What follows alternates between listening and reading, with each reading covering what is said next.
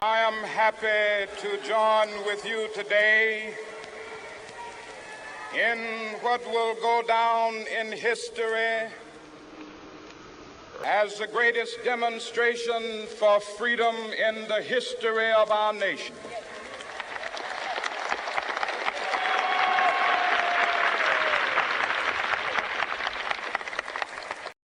I have a dream that one day this nation will rise up and live out the true meaning of its creeds.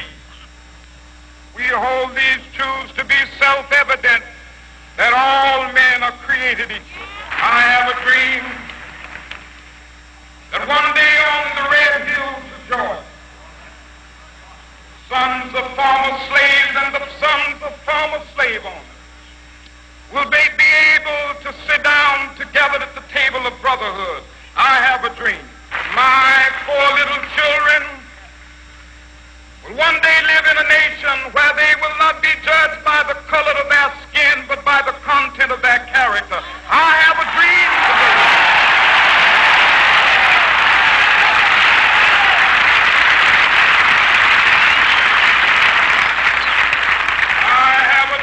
One day every valley shall be exalted.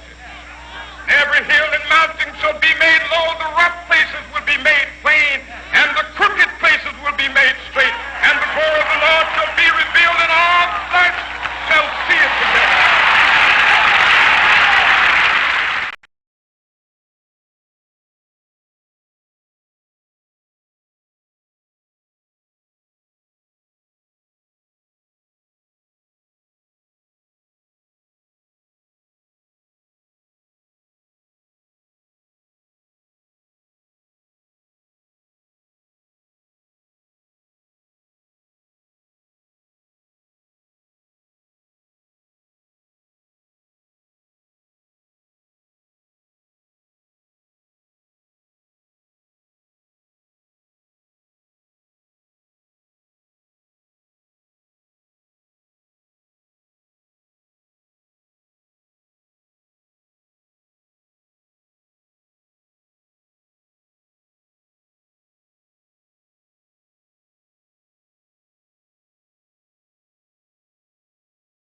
I have the pleasure to present to you Dr. Martin Luther King, Jr.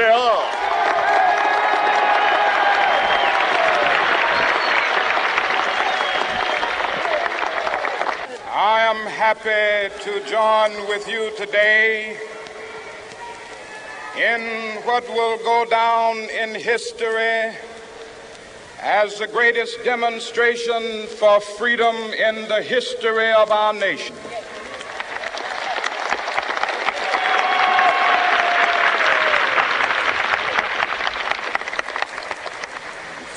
50 years ago,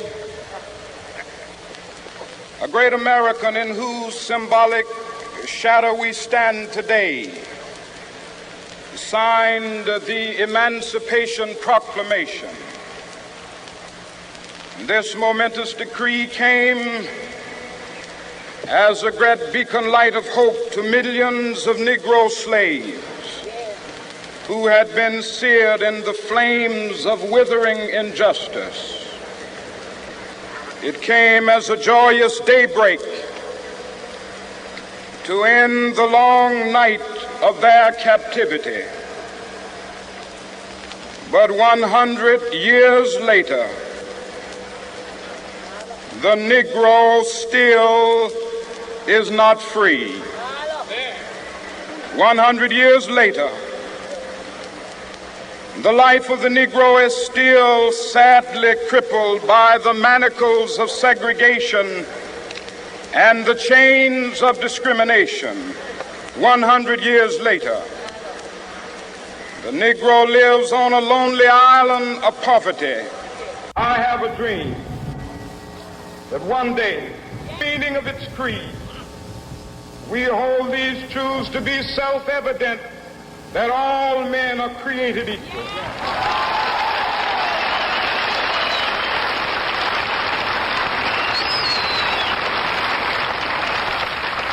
I have a dream that one day on the of former slaves and the sons of former slave owners will they be able to sit down together at the table of brotherhood. I have a dream that one day, even the state of Mississippi, a state sweltering with the heat of injustice, sweltering with the heat of oppression, will be transformed into an oasis of freedom and justice. I have a dream. My 4 little children will one day live in a nation where they will not be judged by the color of their skin, but by the content of their character. I have a dream today.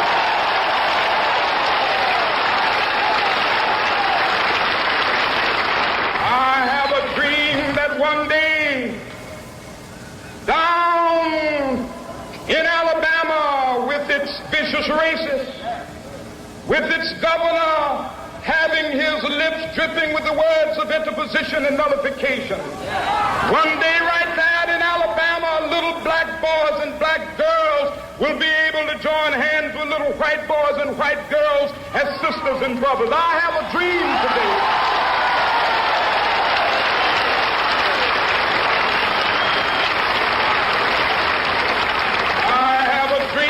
One day every valley shall be exalted, and every hill and mountain shall be made low. The rough places will be made plain, and the crooked places will be made straight, and the glory of the Lord shall be revealed, and all flesh shall see it together. This is our hope. This is the faith that I go back to the South with.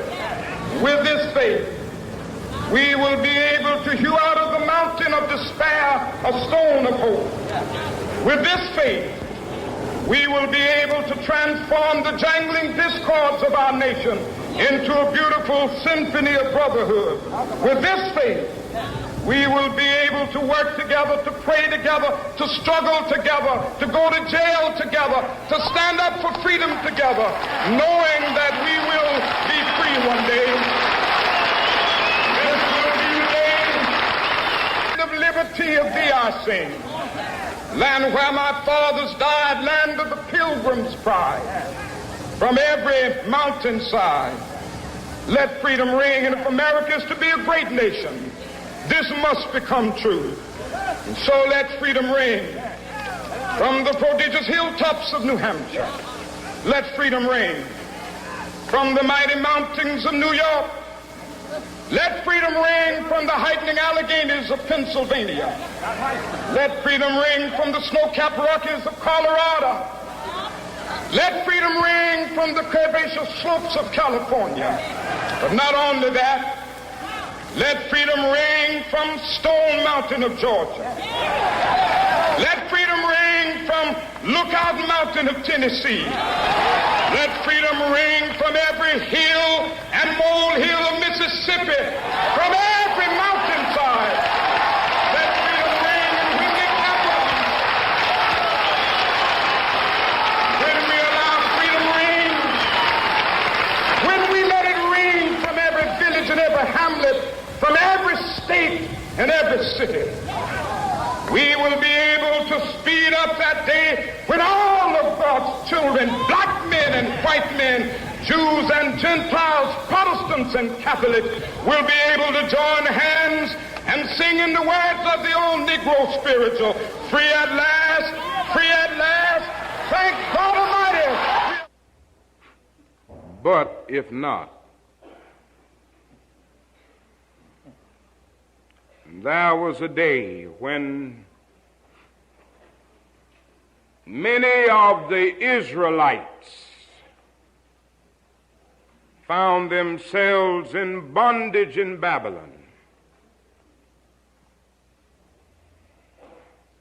And there was a king of Babylon by the name of Nebuchadnezzar. You read about him a good deal in the book of Daniel, and it stands as an epic that will remain stenciled on the mental sheets of unfolding generations. Nebuchadnezzar was a mighty king. And when he ruled, and when he issued an order, he meant business. And Nebuchadnezzar issued an order. He made a golden image, and his order was that everybody under the reign of his kingship had to bow before that golden image and worship it. Now, those of you who read the Bible remember that story. One day Nebuchadnezzar called in the judges and the governors and the sheriffs, and they had a dedicatory service for this golden image. And then he said to them, I'm instructing you to see that everybody bows before this golden image. But there were 3 young men around there. Yes, sir. One's name was Shadrach. The other one's name was Meshach. And the other name was Abednego. And they answered, and I read it from the scripture, and said to the king, O Nebuchadnezzar, we are not careful to answer thee in this manner. If it be so, our God, whom we serve, is able to deliver us from the burning fiery furnace, and he will deliver us out of thine hand, O king. But if not, be it known unto thee, O king, that we will not serve thy gods, nor worship the golden image which thou hast set up. Now I want you to notice first here that these young men practiced civil disobedience.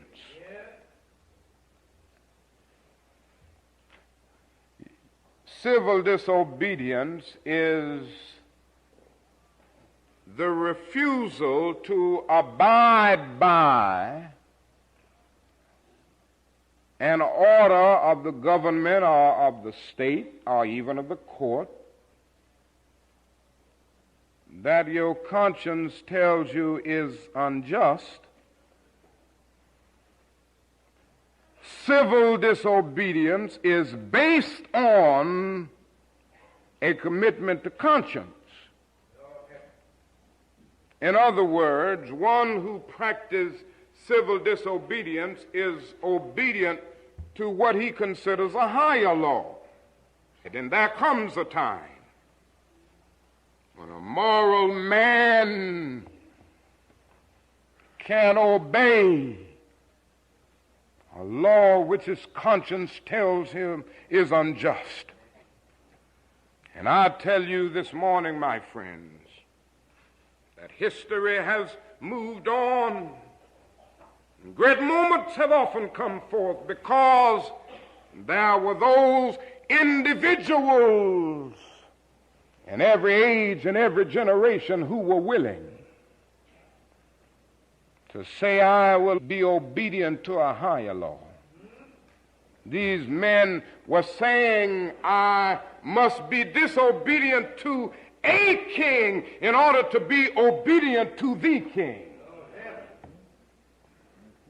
And those people who so often criticize those of us who come to those moments when we must practice civil disobedience never remember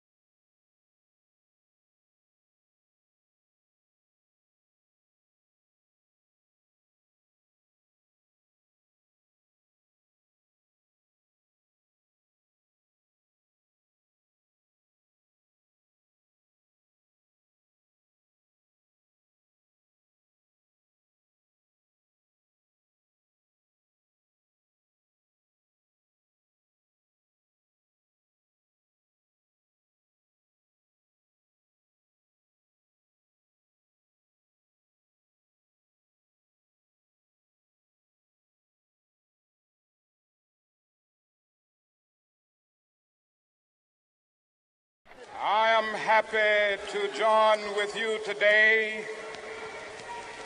in what will go down in history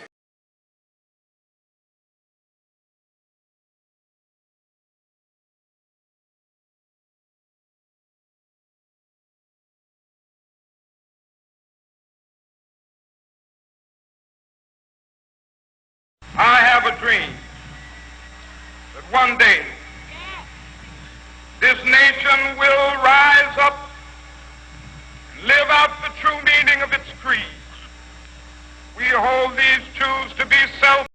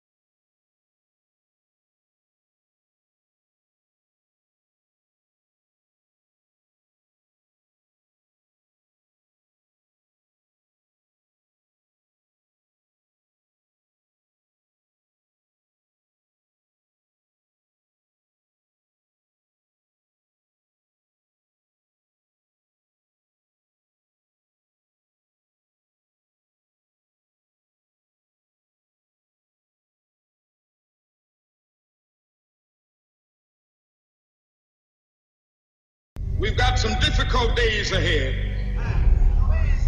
but it really doesn't matter with me now because I've been to the mountaintop.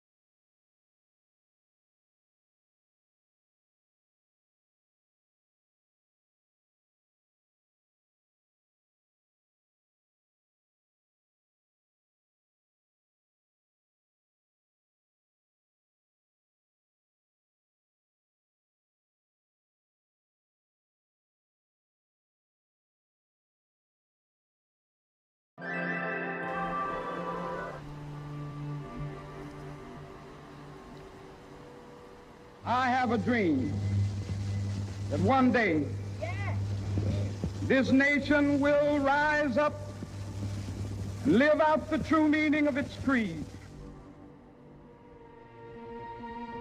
50 years ago, a great American in whose symbolic shadow we stand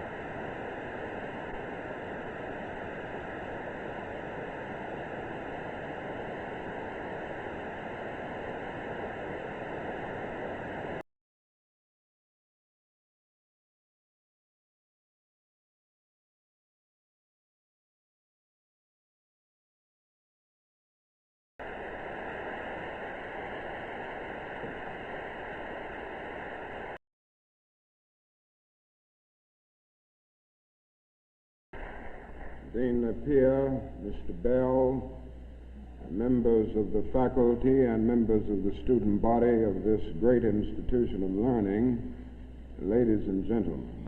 Now, there are several things that one could talk about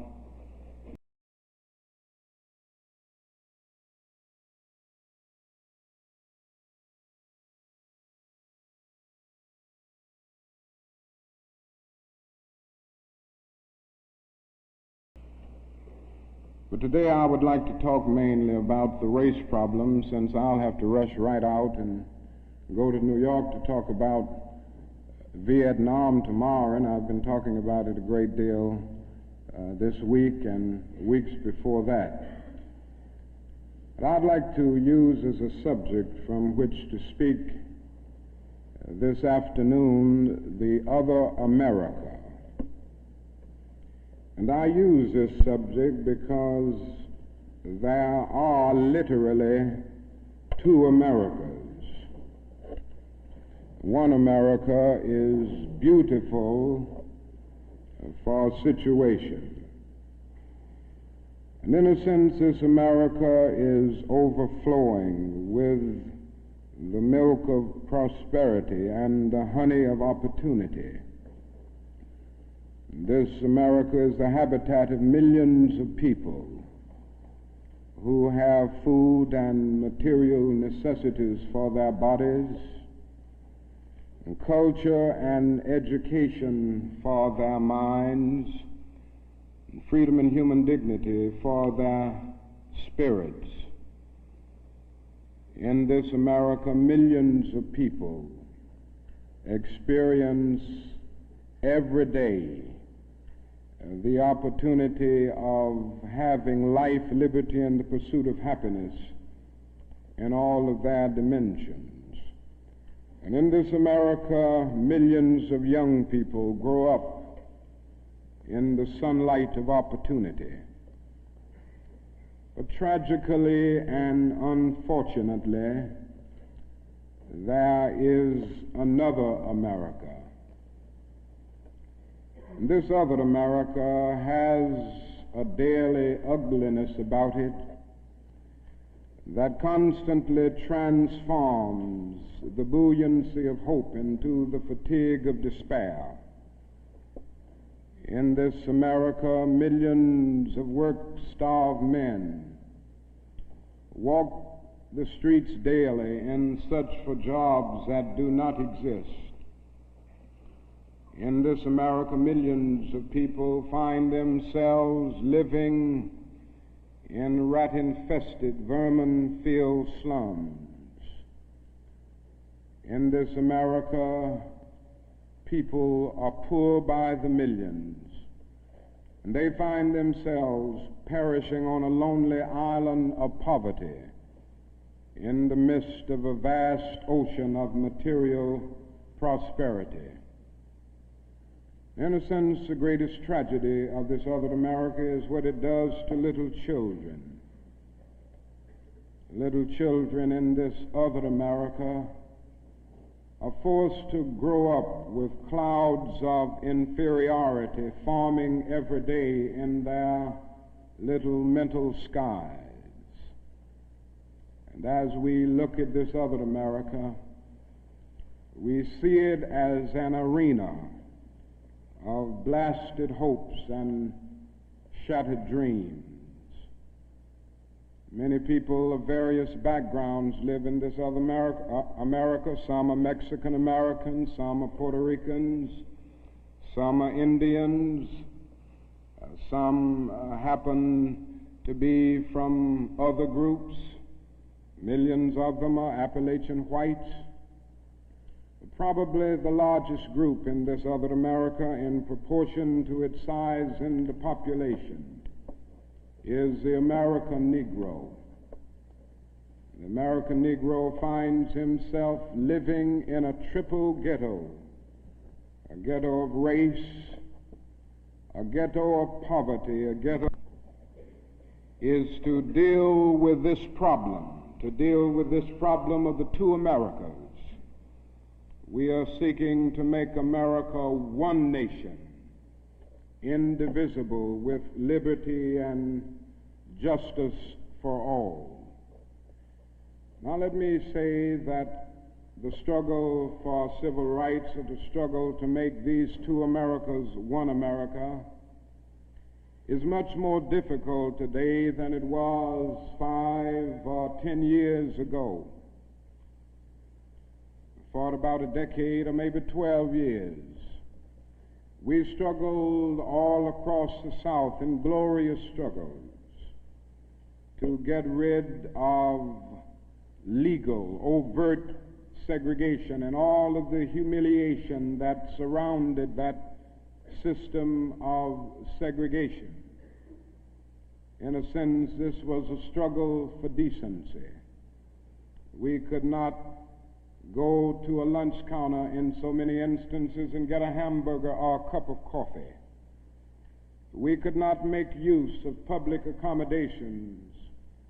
Public transportation was segregated, and often we had to sit in the back, and within transportation within cities, we often had to stand over empty seats because sections were reserved for whites only. We did not have the right to vote in so many areas of the South. And the struggle was to deal with these problems. Now, certainly they were difficult problems. They were humiliating conditions. By the thousands, we protested these conditions.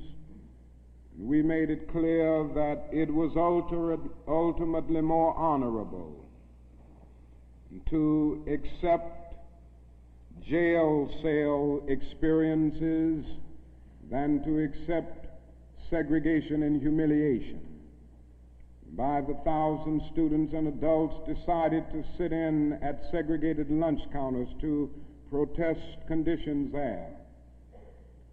And when they were sitting at those lunch counters, they were in reality standing up for the best in the American dream and seeking to take the whole nation back to those great wells of democracy which were dug deep by the founding fathers in the formulation of the Constitution and the Declaration of Independence. Many things were gained as a result of these years of struggle. In 1964, the Civil Rights Bill came into being after the Birmingham movement, which did a great deal to subpoena the conscience of a large segment of the nation to appear before the judgment seat of morality on the whole question of civil rights. After the Selma movement in 1965, we were able to get a voting rights bill.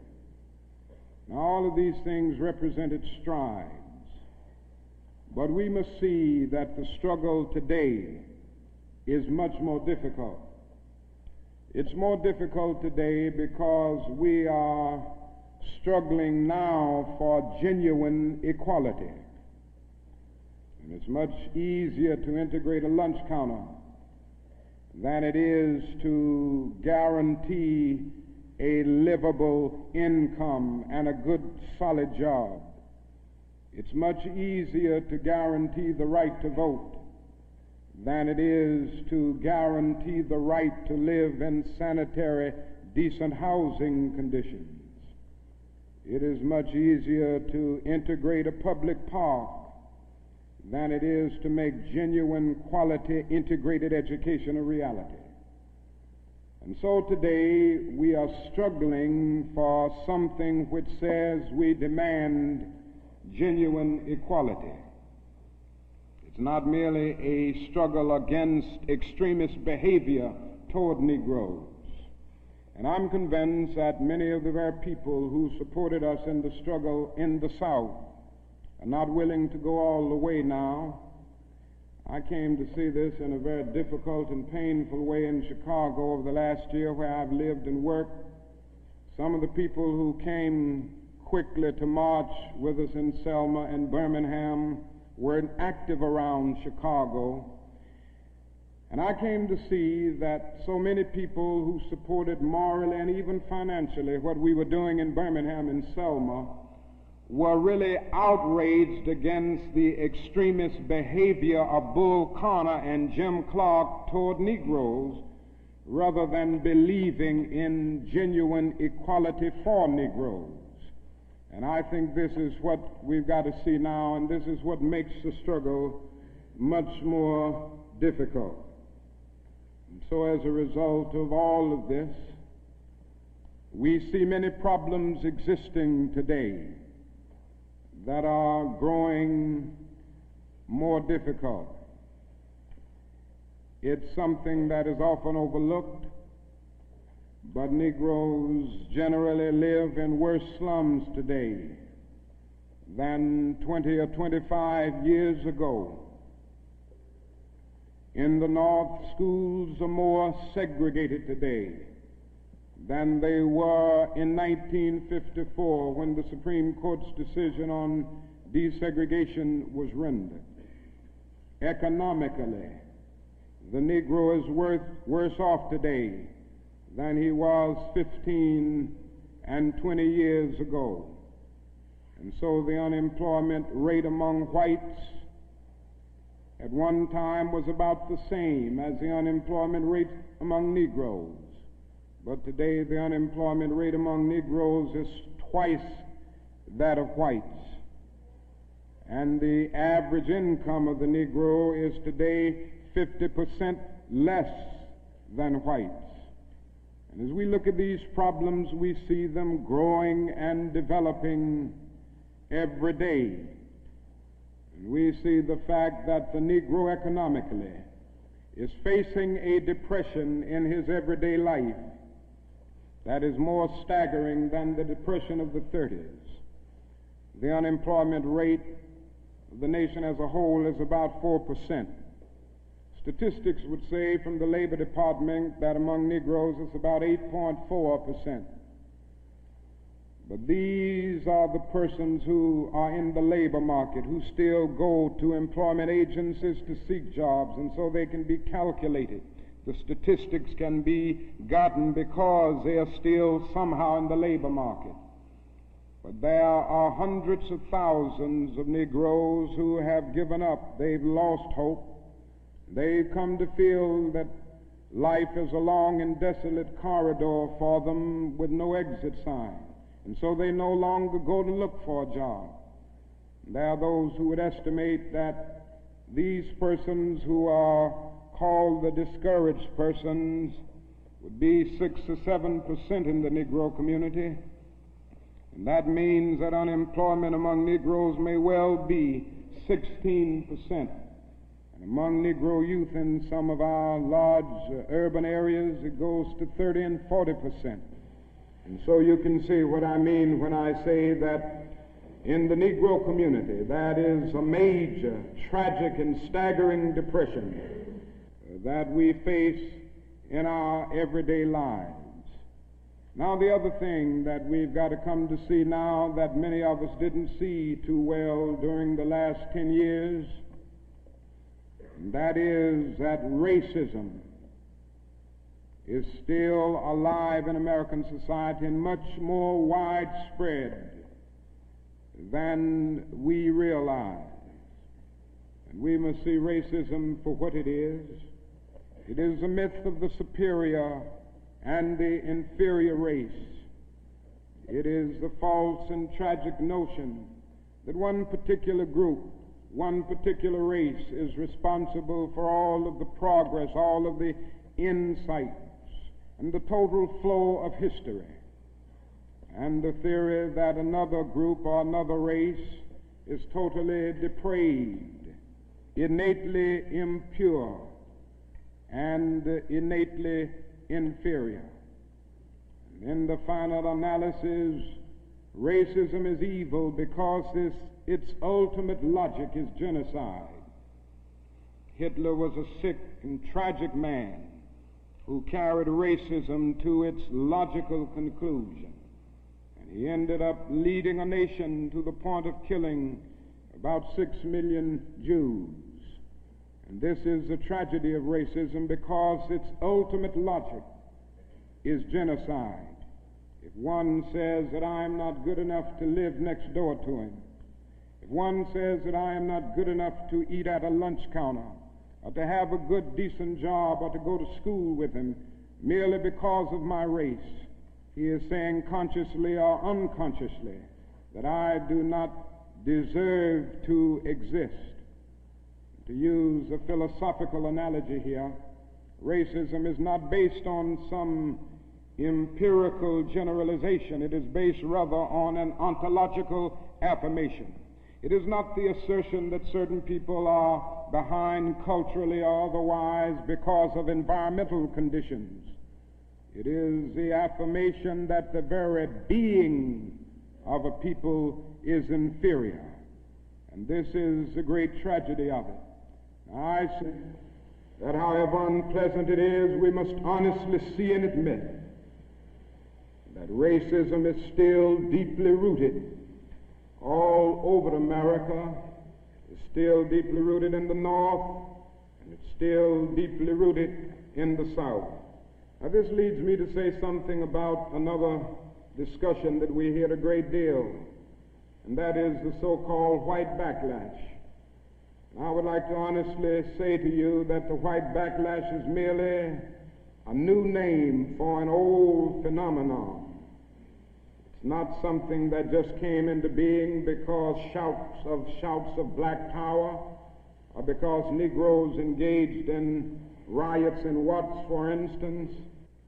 The fact is that the state of California voted a fair housing bill out of existence before anybody shouted black power, or before anybody rioted in Watts. It may well be that shouts of black power and riots in Watts and the Harlems and the other areas are the consequences of the white backlash rather than the cause of them. What it is necessary to see is that there has never been a single solid, monistic, determined commitment on the part of the vast majority of white Americans, the whole question of civil rights and on the whole question of racial equality. This is something that truth impels all men of goodwill to admit. It is said on the Statue of Liberty that America is the home of exiles. But it doesn't take us long to realize that America has been the home of its white exiles from Europe. But it has not evinced the same kind of maternal care and concern for its black exiles from Africa. And it is no wonder that in one of his sorrow songs, a Negro could sing out, "Sometimes I feel like a motherless child." What great estrangement, what great sense of rejection caused the people to emerge with such a metaphor as they looked over their lives.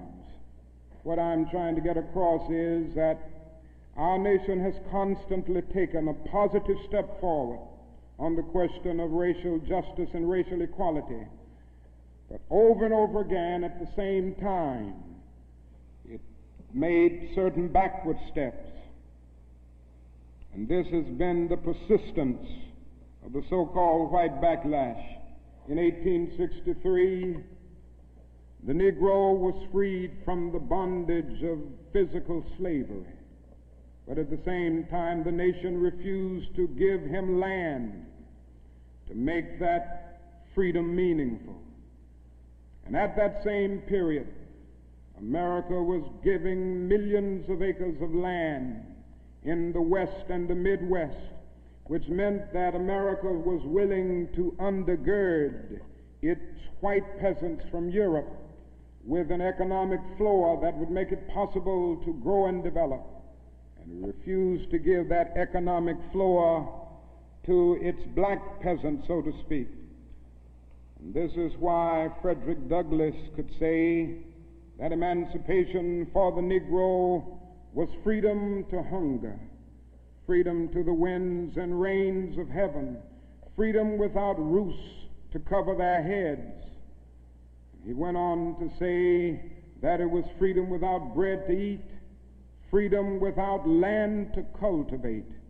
It was freedom and famine at the same time. But it does not stop there. In 1875, the nation passed a civil rights bill and refused to enforce it.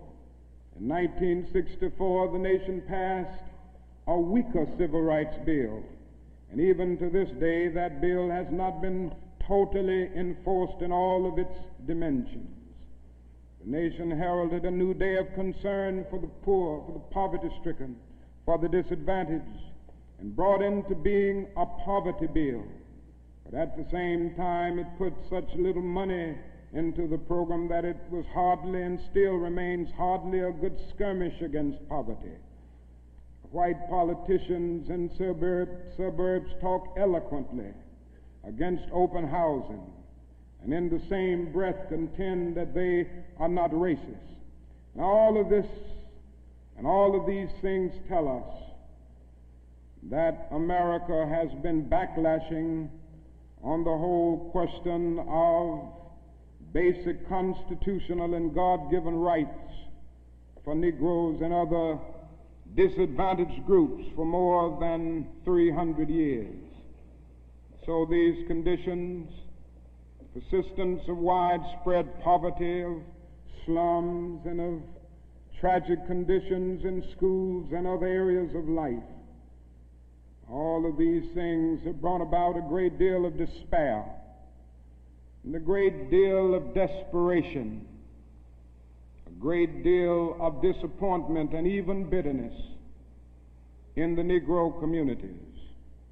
Today, all of our cities confront huge problems.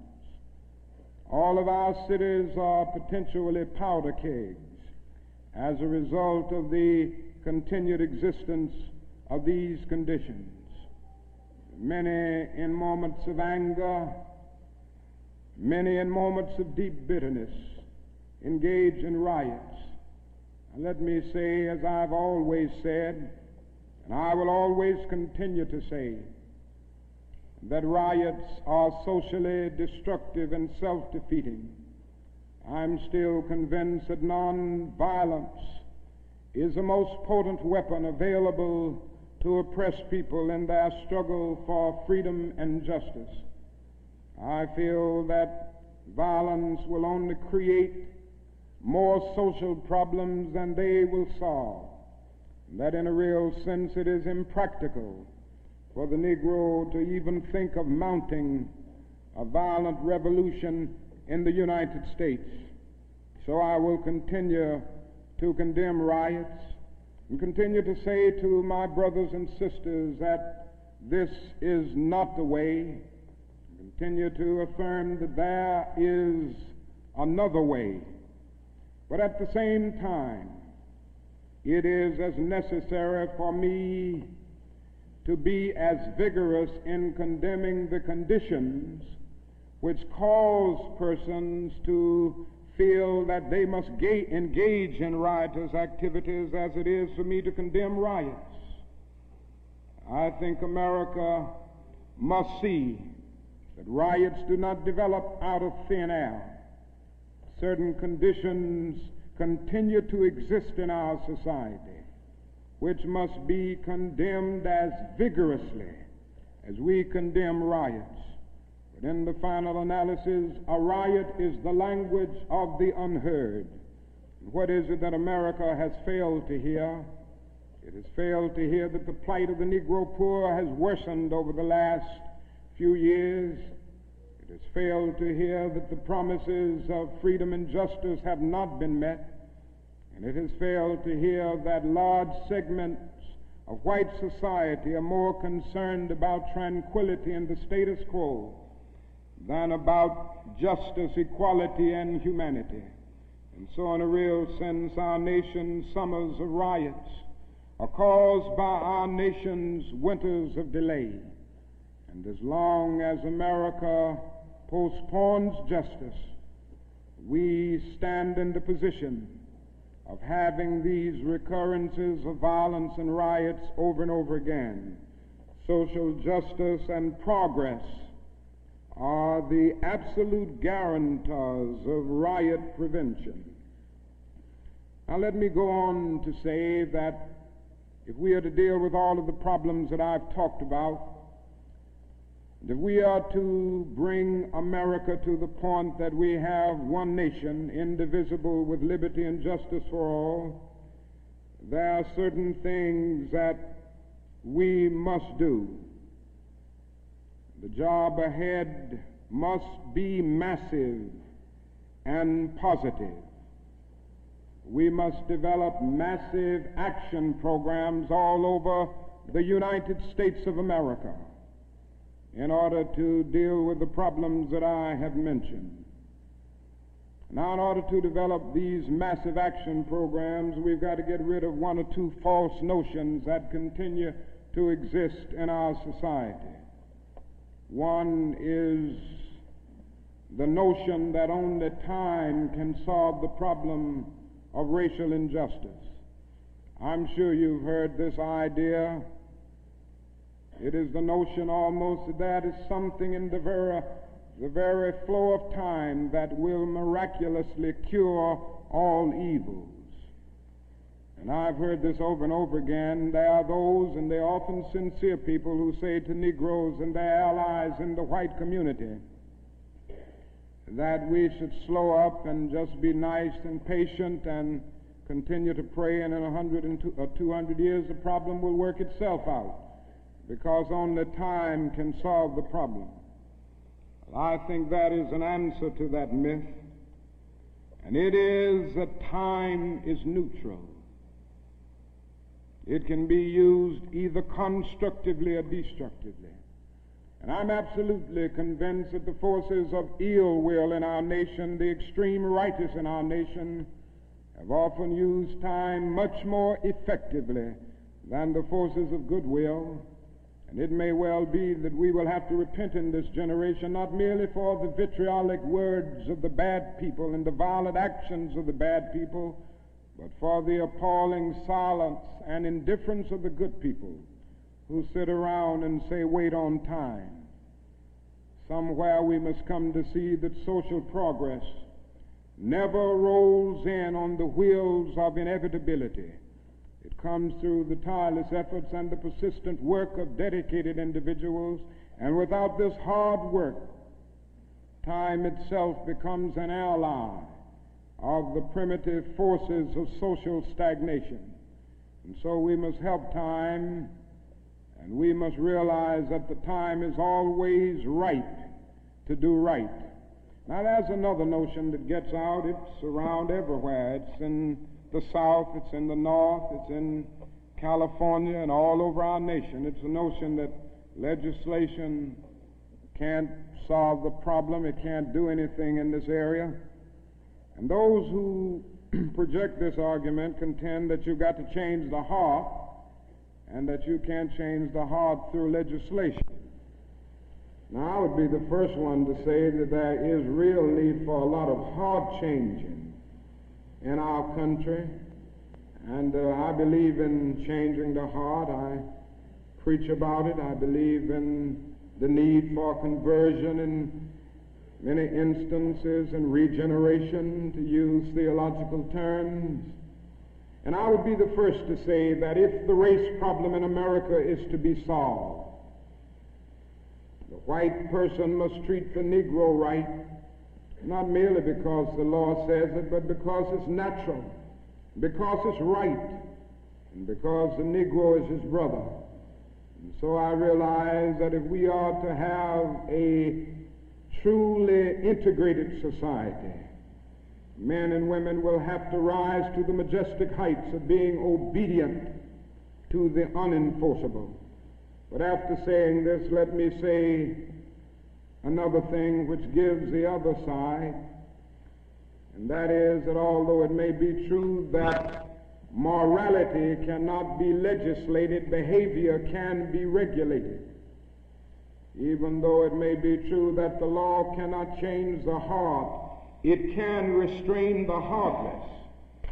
Even though it may be true that the law cannot make a man love me, it can restrain him from lynching me, and I think that's pretty important also. And so while the law may not change the hearts of men, it can and it does change the habits of men. And when you begin to change the habits of men, pretty soon the attitudes will be changed, pretty soon the hearts will be changed. Now, I'm convinced that we still need strong civil rights legislation. And there's a bill before Congress right now to have a national federal open housing bill, a federal law declaring discrimination in housing unconstitutional, and also a bill to make the administration of justice real all over our country. Now, nobody can doubt the need for this. Nobody can doubt the need if he thinks about the fact that since 1963, some 58 Negroes and white civil rights workers have been brutally murdered in the state of Mississippi alone.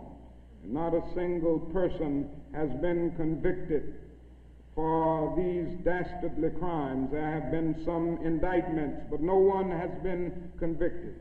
And so there is a need for the whole question of the administration of justice.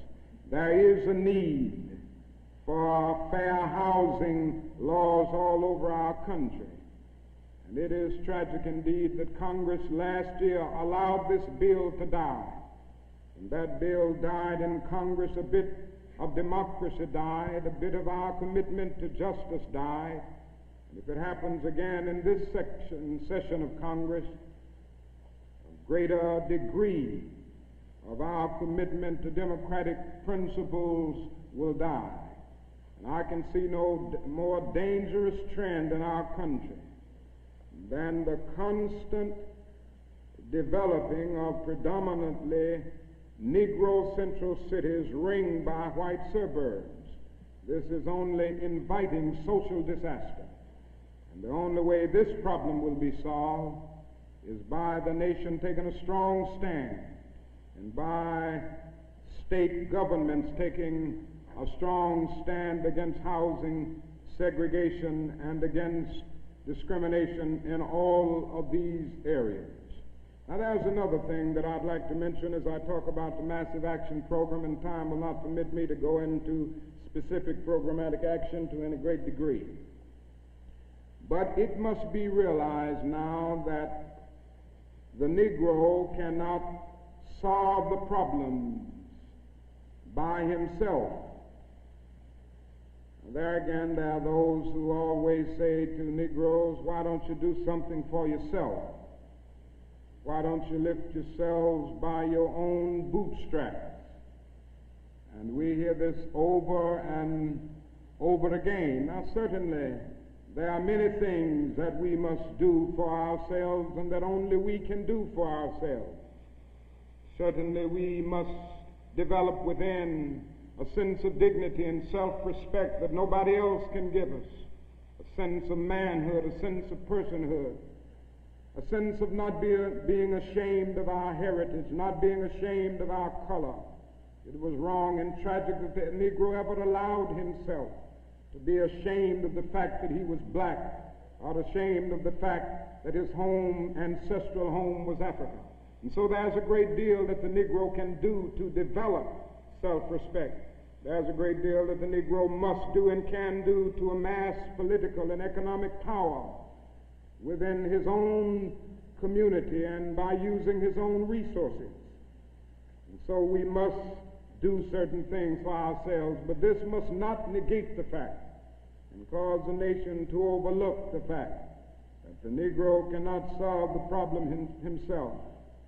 A man was on the plane with me some weeks ago, and he came and talked with me, and he said, the problem, Dr. King, that I see with what you all are doing is that every time I see you and other Negroes, you are protesting, and you aren't doing anything for yourselves.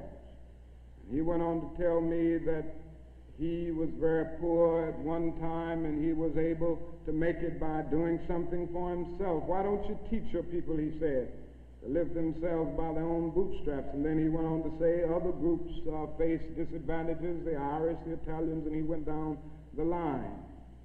And I said to him that it does not help the Negro, it only deepens his frustration for unfeeling and sensitive people to say to him that other ethnic groups who migrated or were immigrants to this country just 100 years ago or so have gotten beyond him, and he came here some 344 years ago. And I went on to remind him that the Negro came to this country involuntarily in chains, while others came voluntarily.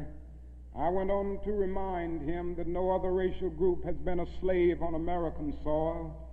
I went on to remind him that the other problem that we have faced over the years is that the society placed a stigma on the color of the Negro, on the color of his skin, because he was black. Doors were closed to him that were not closed to other groups. And I'm to say to people that you ought to lift yourself by your own bootstraps, but it is a cruel jest to say to a bootless man that he ought to lift himself by his own bootstraps. And the fact is that millions of Negroes, as a result of centuries of denial and neglect, have been left bootless, and they find themselves impoverished aliens in this affluent society. And that is a great deal that the society can and must do if the Negro is to gain the economic security that he needs. Now, one of the answers, it seems to me, is a guaranteed annual income, a guaranteed minimum income for all people and for all families of our country. It seems to me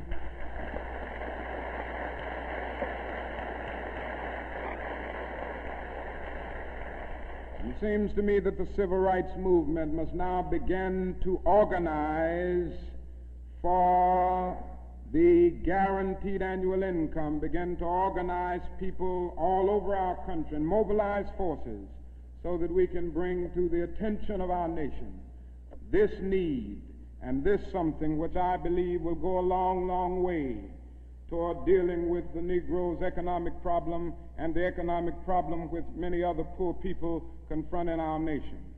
Now, I said I wasn't going to talk about Vietnam, but I can't make a speech without mentioning some of the problems that we face there, because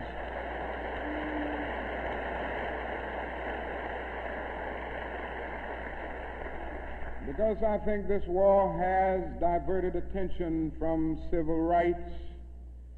It has strengthened the forces of reaction in our country and has brought to the forefront the military-industrial complex that even President Eisenhower warned us against at one time. And above all, it is destroying human lives. It's destroying the lives of thousands of the young, promising men of our nation, destroying the lives of little boys and little girls in Vietnam. But one of the greatest things that this war is doing to us in civil rights is that it is allowing the great society to be shot down on the battlefields of Vietnam every day. And I submit this afternoon that we can end poverty in the United States. Our nation has the resources to do it. The national gross product of America will rise to the astounding figure of some $7 this year. We have the resources. The question is whether the nation has the will. And I submit that if we can spend $5 billion a year to fight an ill-considered war in Vietnam and $20 billion to put a man on the moon, our nation can spend billions of dollars and on their own 2 feet right here on earth.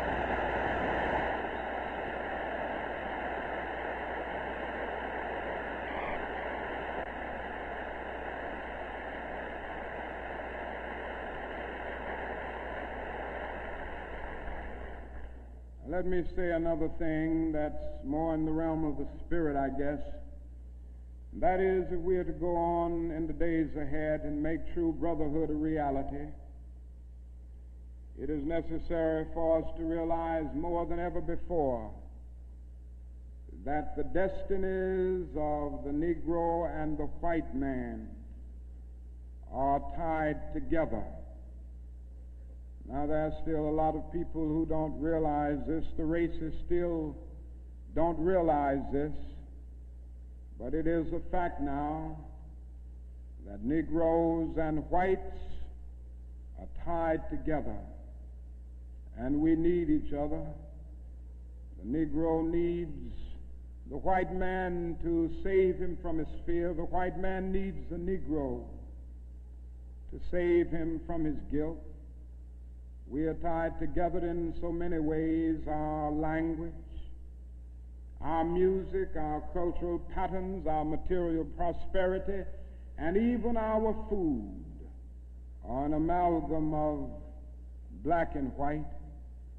And so there can be no separate black path to power and fulfillment that does not intersect white roots.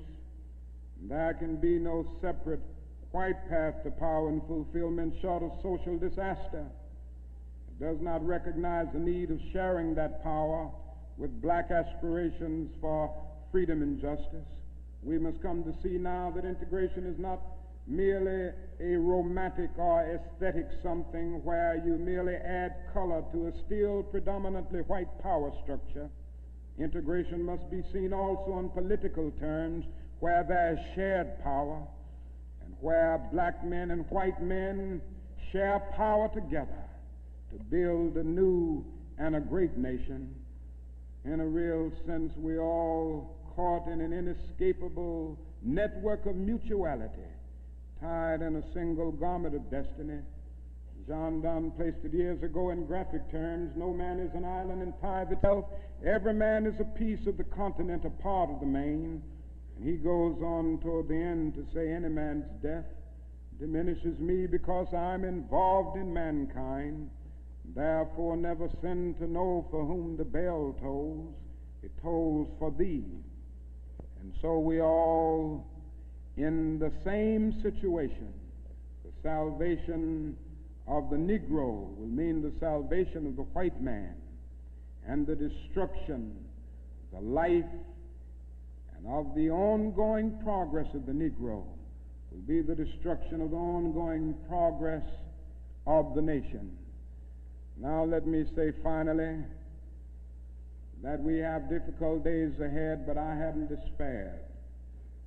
Somehow I maintain hope in spite of hope, and I've talked about the difficulties and how hard the problems will be as we tackle them. But I want to close by saying this afternoon that I still have faith in the future, and I still believe that these problems can be solved. And so I will not join anyone who will say that we still can't develop a coalition of conscience. I realize and understand the discontent and the agony and the disappointment and even the bitterness of those who feel that whites in America cannot be trusted. And I would be the first to say that there are all too many who are still guided by the racist ethos. But I am still convinced that there are still many white persons of goodwill, and I'm happy to say that I see them every day in the student generation, who cherish democratic principles and justice above principle, and who will stick with the cause of justice and the cause of civil rights and the cause of peace throughout the days ahead. And so I refuse to despair. I think we are going to achieve our freedom, because however much America strays away from the ideals of justice, the goal of America is freedom. Abused and scorned though we may be, our destiny is tied up in the destiny of America. Before the Pilgrim Fathers landed at Plymouth, we were here. Before Jefferson etched across the pages of history the majestic words of the Declaration of Independence, we were here. before the beautiful words of the Star-Spangled Banner were written, we were here. And for more than 2 centuries, our forebears labored here without wages. They made cotton king.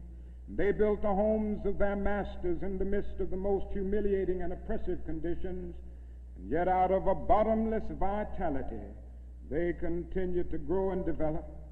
And I say that if the inexpressible cruelties of slavery couldn't stop us, the opposition that we now face, including the so-called white backlash, will surely fail. We're going to win our freedom because both the sacred head of our nation and the eternal will of the Almighty God are embodied in our echoing demands.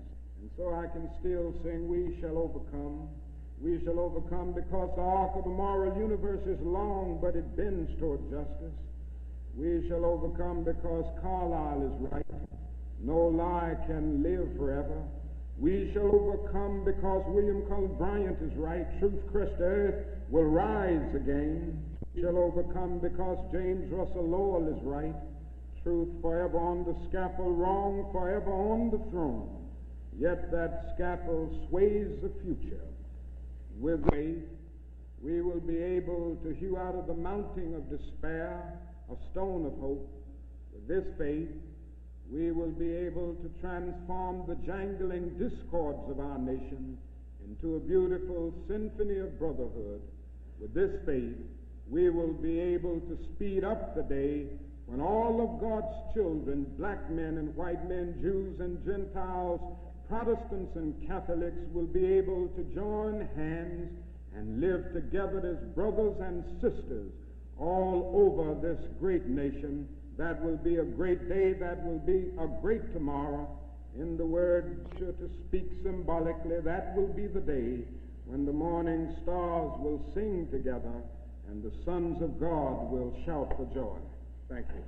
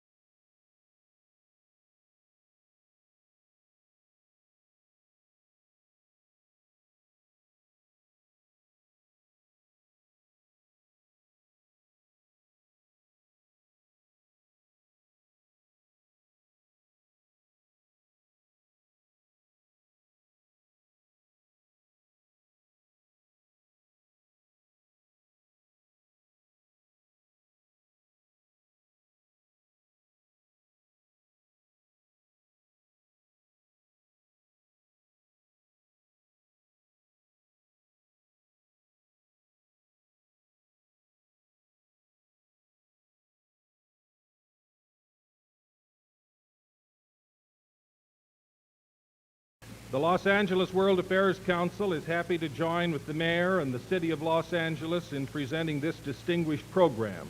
We have a few people that we would like to present. First, representing the Los Angeles City Council, we have Councilman Bradley.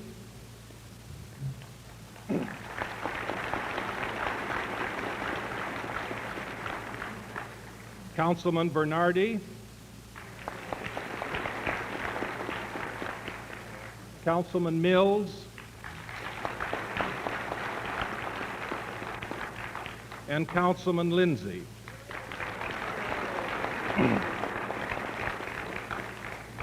Representing the Board of Supervisors of Los Angeles County, Supervisor Hahn.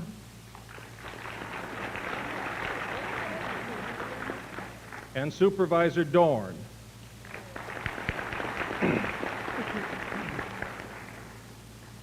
Two of the representatives of the local group affiliated with Dr. King are here. Reverend Marvin Robinson, who is president of the Western Christian Leadership Conference.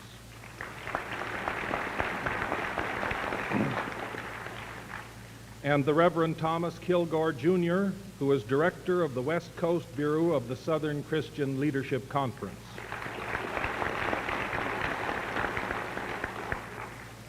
We're happy to welcome a very important man from the city of Los Angeles, the city comptroller, Mr. Charles Navarro.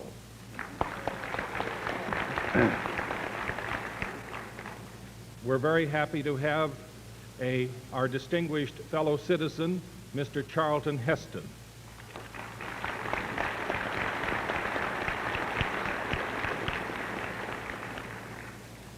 There are certain members of the Negro community in Los Angeles who have achieved an eminence in their respective fields that we would like to recognize on this occasion. These men are city commissioners of Los Angeles, and I should like them to stand. Reverend Ernest Anderson of the Civil Service Commission.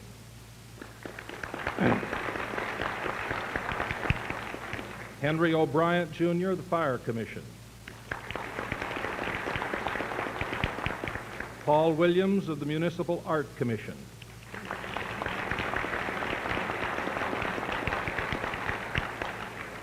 Attorney Herbert Greenwood, Housing Authority Commission.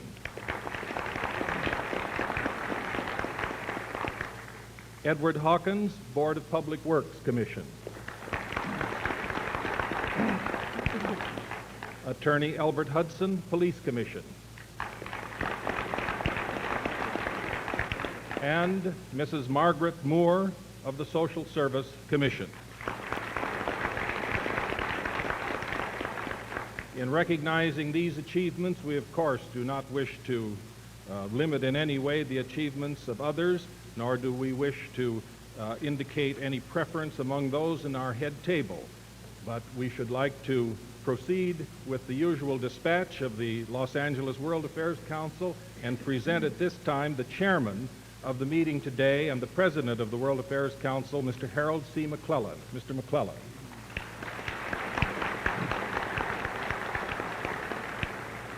Thank you, Walter. Ladies and gentlemen, we welcome you, all of you, to this very important joint meeting of the World Affairs Council and the City of Los Angeles community.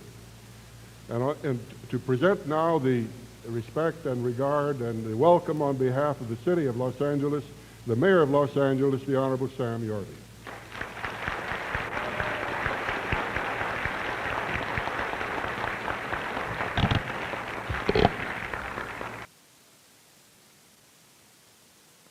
Dr. King, on behalf of my fellow citizens, first of all, to congratulate you on the great honor that has come to you as a Nobel Prize winner.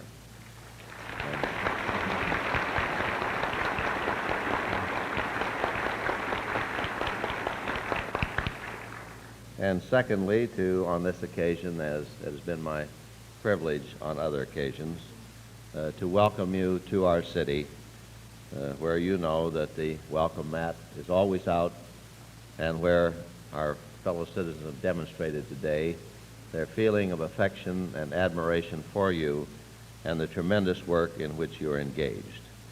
In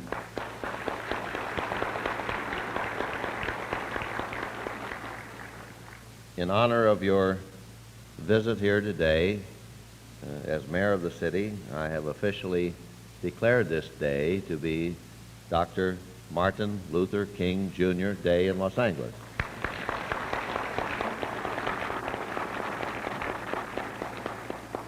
And so that during more trying circumstances and in other places, that you will be reminded of the spiritual strength you can draw from the good wishes and the prayers of all your friends.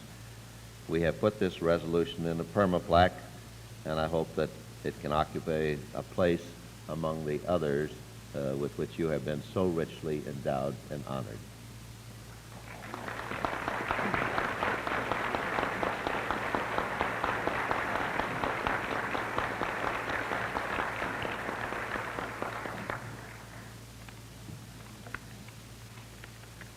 Ladies and gentlemen, the large attendance at this luncheon in itself attests to the fact that our honored guest and speaker today is well known. A simple reading of even an abbreviated form of Dr. King's biography reveals that he is not only well known, but that he is admired and respected by the citizens of many countries in all walks of life throughout the world.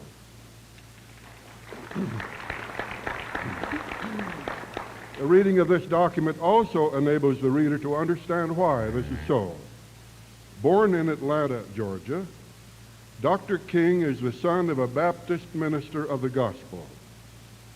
He attended public schools in Atlanta, gaining his higher education at Morehouse College, Crozier Theological Seminary, the University of Pennsylvania, and Harvard University.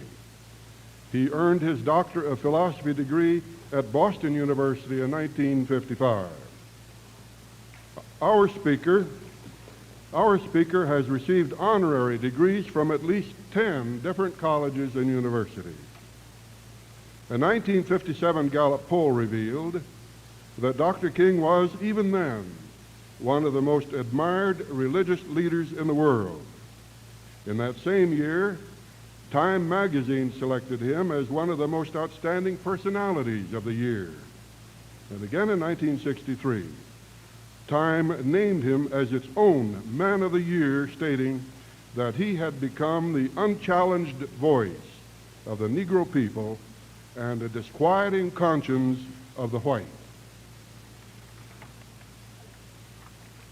One is reminded of another famous crusader of the 15th century, named Martin Luther, who once said, "It is my business to remove obstructions, to cut down thorns, to fill up quagmires, and to open and make straight the paths. But if I must necessarily have some failing, let me rather speak the truth with too much severity than once act as the hypocrite and conceal the truth." Ladies and gentlemen, the 1964 winner of the Nobel Prize, Dr. Martin Luther King.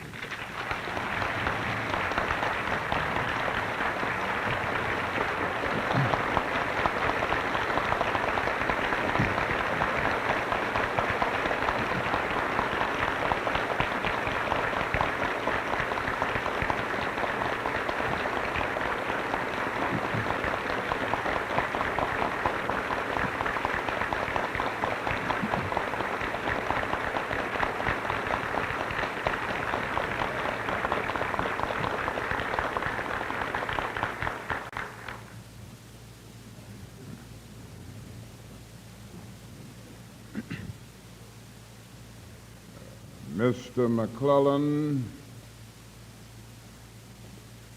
to the distinguished mayor of this great city, members of the city council, members of the county board of supervisors, officers and members of the Los Angeles World Affairs Council, ladies and gentlemen,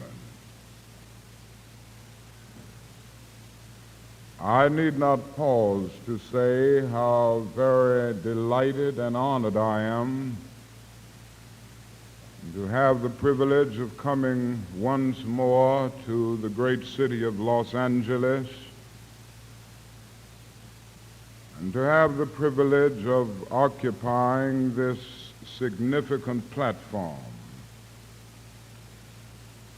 And I certainly want to express my deep personal appreciation to the Los Angeles World Affairs Council for extending the invitation.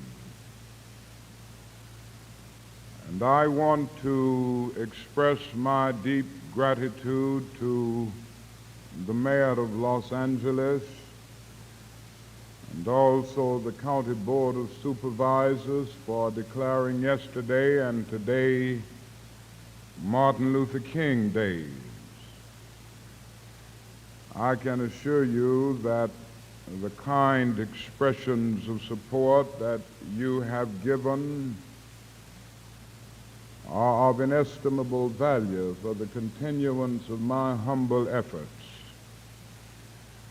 And I can also assure you that my experience here in Los Angeles for these days is a refreshing contrast to Selma, Alabama. And the wonderful things that you have said about me and your resolutions are glaringly different from the things that Sheriff Jim Clark says about me down in Dallas County. And I guess I'm human enough to like to hear nice things about myself occasionally. But in all seriousness, I'm grateful to you, and all of these expressions of support will give me renewed courage and vigor to carry on in the struggle and to make brotherhood and justice and peace realities in our nation and in our world. I've been trying to think about what I could say to this distinguished audience, and I can assure you that I have nothing new to say. Most of the things that I will say I have said before all over this nation, and I'm sure I've said them before in Los Angeles. But I say them because they are on my heart. I'd like to have you think with me this afternoon from the subject, the American dream. And I use this subject because America is essentially a dream yet unfulfilled. The substance of the dream is expressed in these great words from the Declaration of Independence. We hold these truths to be self-evident, that all men are created equal, that they are endowed by their Creator with certain inalienable rights, that among these are life, liberty, and the pursuit of happiness. Now, the first thing we notice in this dream is an amazing universalism. It does not say some men, it says all men.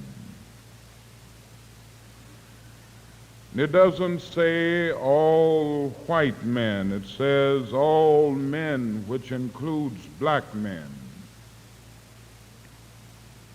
It doesn't say all Gentiles. It says all men, which includes Jews.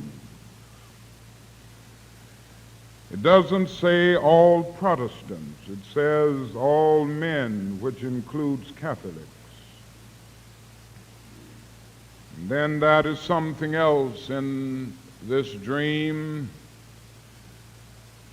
That is one of the basic things that distinguishes our form of government from totalitarian systems. It says that each of us has basic rights that are neither conferred by nor derived from the state. They are gifts from the hands of the Almighty God. Very seldom, if ever, in the history of the world has a socio-political document expressed in such profound, eloquent, and unequivocal language the dignity and the worth of human personality. The American dream reminds us that every man is an heir of a legacy of dignity and worth. This is a great dream. But ever since the founding fathers of our nation dreamed this dream, America has been something of a schizophrenic personality, tragically divided against herself. On the one hand, we have proudly professed the great principles of democracy, but on the other hand, we have sadly practiced the very antithesis of those principles. Indeed, slavery and racial segregation have been strange paradoxes in the nation founded on the principle that all men are created equal. But now, more than ever before, our nation is challenged to realize this great dream. For the shape of the world today does not permit us the luxury of an anemic democracy. And the price that our country must pay for the continued oppression of the Negro or the Mexican, the Puerto Rican, or the Indian, or any other minority group is a price of its own destruction. For the hour is late. The clock of destiny is ticking out, and we must act now before it is too late. And so, my friends, all people of goodwill are challenged to work with zeal and determination to make the American dream a reality. And I would like to suggest some of the things that we must do in order to bring this dream into full realization. I would like to start on the world scale by saying that if the American dream is to become a reality, we must somehow have a vision and a determination to make the world dream for brotherhood a reality. In other words, we must have a world perspective. There can be no gainsaying of the fact that the world in which we live is geographically one. And now we are challenged to make it one in terms of brotherhood. Now it is true that the geographical oneness of our age has come into being to a large extent because of man's scientific ingenuity. Through our scientific genius, we have been able to dwarf distance and place time in chains. And our jet planes have compressed into minutes distances that once took days and even weeks.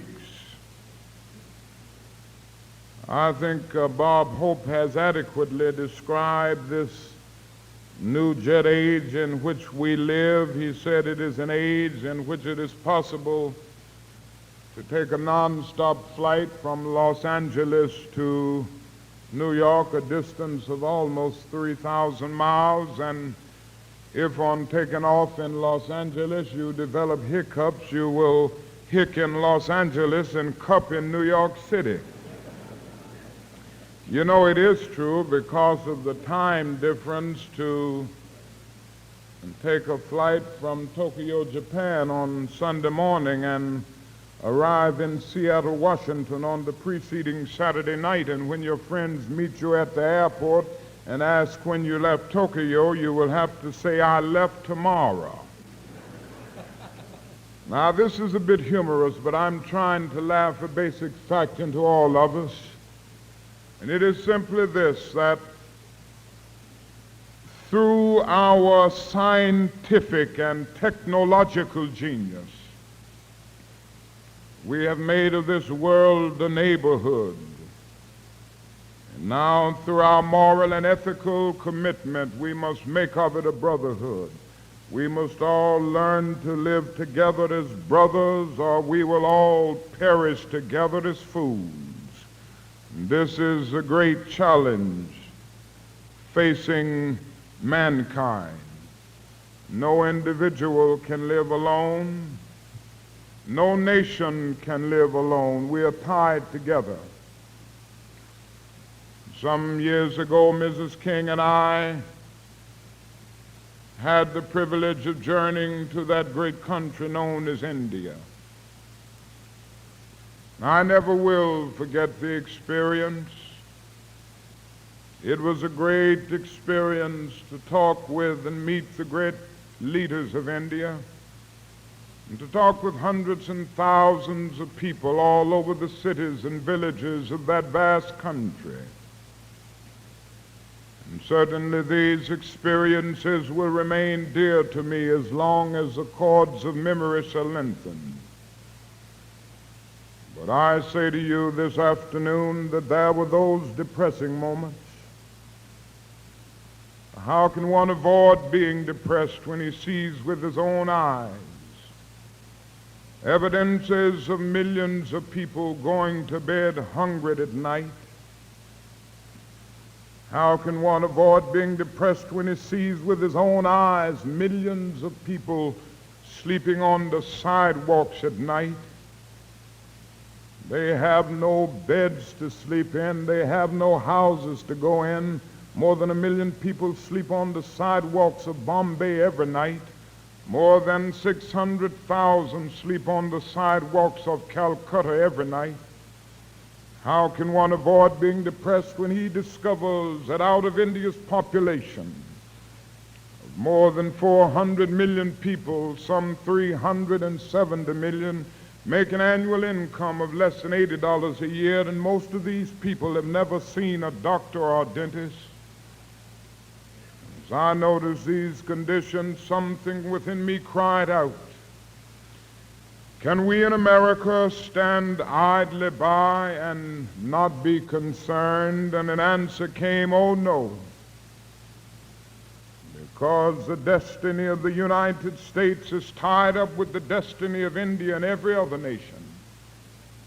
And I started thinking about the fact that we spend millions of dollars a day to store surplus food in our country. And I said to myself, I know where we can store that food free of charge. In the wrinkled stomachs of the millions of God's children in Asia and Africa and South America, and even in our own country, who go to bed hungry at night. All I'm saying is simply this, that all life is interrelated. We are caught somehow in a single garment of destiny, caught in an inescapable network of mutuality. And whatever affects one directly, it affects all indirectly. For some strange reason, I can never be what I ought to be until you are what you ought to be, and you can never be what you ought to be until I am what I ought to be. This is the interrelated structure of reality. John Donne caught it years ago and placed it in graphic terms. No man is an island entire of itself. Every man is a piece of the continent, a part of the main. And he goes on toward the end to say, any man's death diminishes me because I'm involved in mankind. Therefore never sin to know for whom the bell tolls. It tolls for thee. And I think we must see this and live by this if the American dream is to become a reality. The second thing that I would like to mention is this, that we must see more than ever before the essential immorality and sinfulness of racial segregation. Segregation is not only politically unsound. Segregation is not only sociologically untenable. It is morally wrong and sinful. Whether it is segregation in the public schools, whether it is segregation in recreational facilities, whether it is segregation in housing, whether it is segregation in the Christian church, segregation is an evil force which a healthy society will remove. Segregation is evil, to use the words of the great Jewish philosopher Martin Buber, because it substitutes an I-it relationship for the I-thou relationship. Somewhere the great theologian Paul Tillich has said that sin is separation. And what is segregation but an existential expression of man's tragic estrangement, his awful segregation, his tragic sinfulness? Segregation is an evil force which we must work with determination to remove. I remember on that same trip when I was in India, that one afternoon I went down to speak in the southern part of India in a school that was attended by and large by young boys and girls who were the children of former untouchables. And I remember that afternoon that the principal got up to introduce me. And as he came to the end of his introduction, he said, I would like to present to you a fellow untouchable from the United States of America. And for the moment I was peeved, I was shocked that I would be introduced as an untouchable. But pretty soon my mind ran back across to America. And I started thinking about the fact that there were so many places that I couldn't go because of the color of my skin. I started thinking about the fact that my 20 million brothers and sisters in the Negro community of America are still at the bottom of the economic ladder, deprived of adequate housing conditions, unable to live in numerous neighborhoods because of the color of their skin. I started thinking about the fact that my little children were still judged on the basis of the color of their skin rather than the content of their character. And I had to say to myself, I am an untouchable, and every Negro in the United States is an untouchable. And segregation is evil and sinful because It stigmatizes the segregated as an untouchable in a caste system. And this is why I'm convinced that we have a moral edict, a moral mandate to work to get rid of this unjust and evil system. And we must make it clear all over America that we are through with segregation now, henceforth, and forevermore, if the American dream is to be a reality.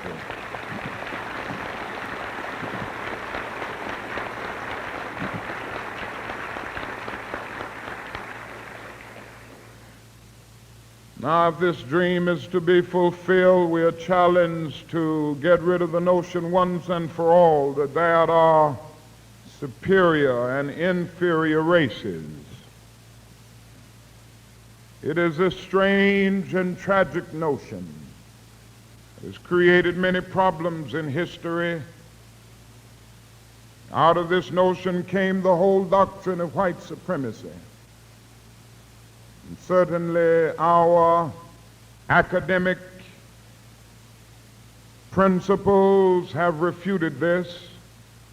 Many great minds in the anthropological sciences, such as Margaret Mead, Ruth Benedict, Melvin Herskovits, and others, have revealed that there is no truth in the idea of superior and inferior races. There may be superior and inferior individuals academically and intellectually in all races, but they have revealed that their long years of study reveal no truth in this idea, and yet the notion still lingers around.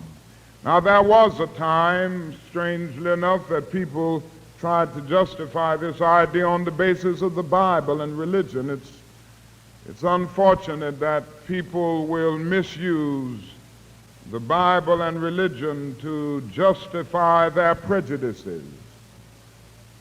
But this has so often happened, and so there was a time when it was argued from even pulpits over the nation that the Negro was inferior by nature because of Noah's curse upon the children of Ham. The Apostle Paul's dictum became a watchword, "Servants, be obedient to your master." And one brother had read the logic, probably, of the great philosopher Aristotle. You know, Aristotle did a great deal to bring into being what we now know as formal logic in philosophy. And in formal logic, you have a big word known as the syllogism. And the syllogism has a major premise, a minor premise, and a conclusion. And this brother decided to put his argument of the inferiority of the Negro in the framework of an Aristotelian syllogism. He came out with his major premise: all men are made in the image of God.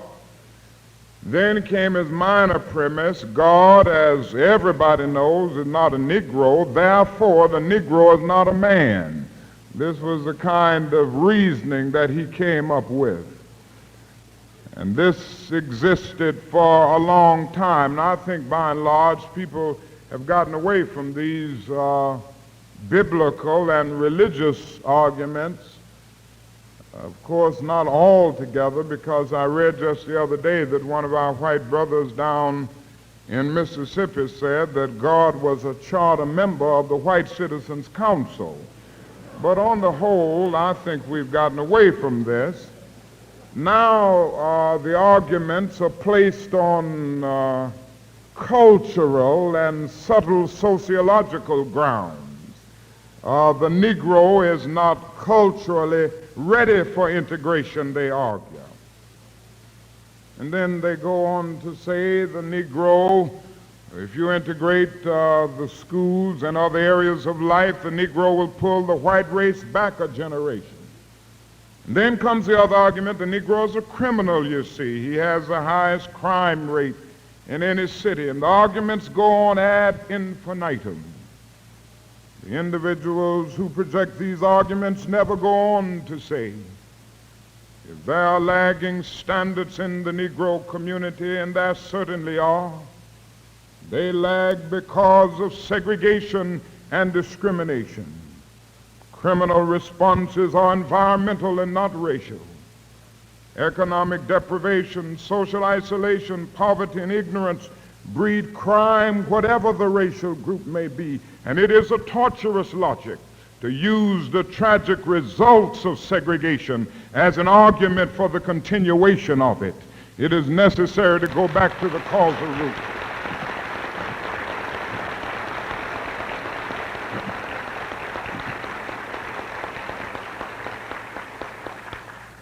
So it is necessary to see that there is no truth in this idea, superior and inferior races.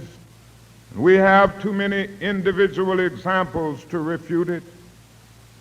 We have within the Negro community and the community of minority groups all over this country examples to reveal that human nature cannot be cataloged. There are many individuals who have walked through the long night of oppression, and yet they've risen up to plunge against cloud-filled nights of affliction new and blazing stars of inspiration. And so from an old slave cabin of Virginia's hills, Booker T. Washington rose up to be one of America's great leaders. He lit a torch in Alabama and darkness fled. From the red hills of Gordon County, Georgia, in the arms of a mother who could neither read nor write, Roland Hayes emerged as one of the great singers of the world and carried his melodious voice into the palaces and mansions of kings and queens. From crippling, poverty-stricken circumstances of Philadelphia, Pennsylvania, Marian Anderson rose up to be the world's greatest contralto, so that Toscanini could say that a voice like this comes only once in a century, and Sibelius of Finland could cry out, "My roof is too low for such a voice." From crippling slavery-surrounded circumstances, George Washington Carver rose up to carve for himself an imperishable niche in the annals of science. There was a star in the diplomatic sky. Then came Ralph Bunche, the grandson of a slave preacher, and reached up and grabbed it and allowed it to shine in his life with all of its radiant beauty. These are just a few examples of individuals who've come to justify the conviction of the poet. Fleecy locks and black complexion cannot forfeit nature's claim. Skin may differ, but affection dwells in black and white the same. Were I so tall as to reach the pole, or to grasp the ocean at a span, I must be measured by my soul. The mind is the standard of the man, and so we are challenged.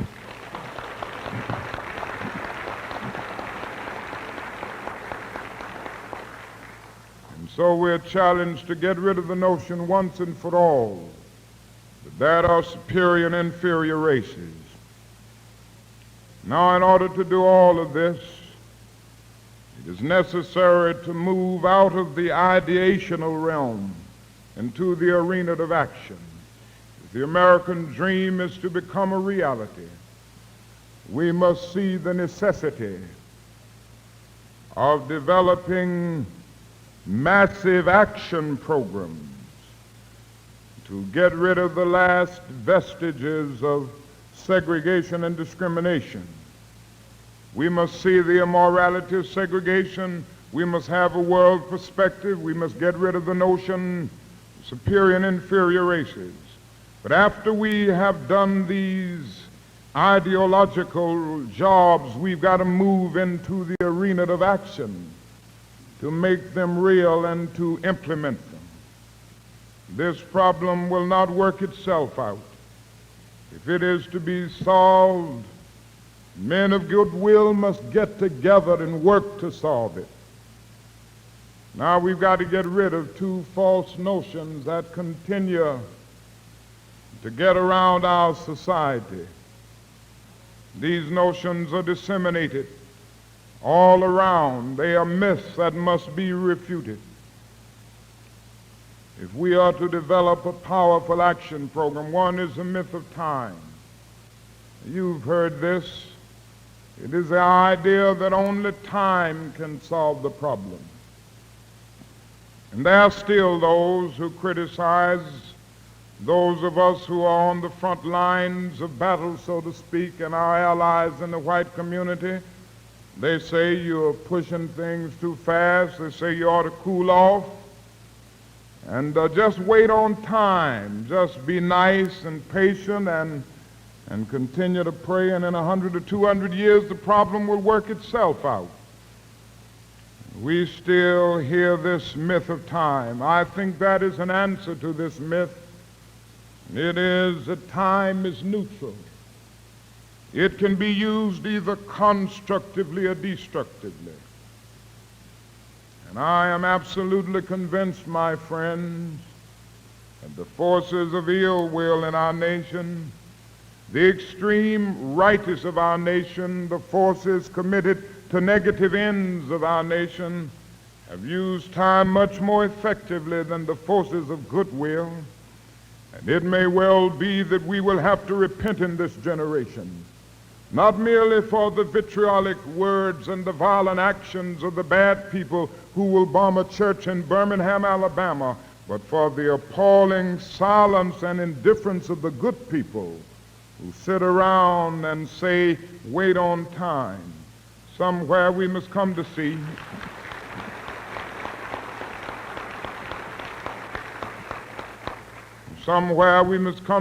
that human progress never rolls in on the wheels of inevitability.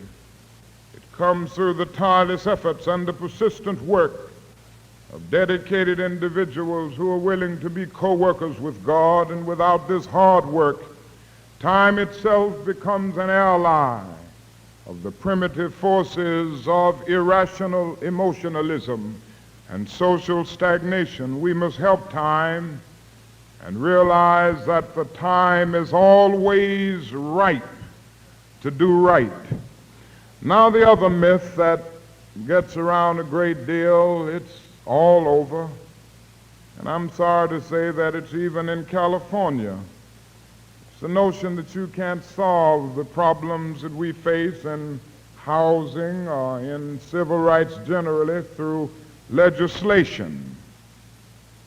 It's the notion that you've got to change the heart, and you just can't get at this problem through legislation. People have preached this, and apparently they believe it.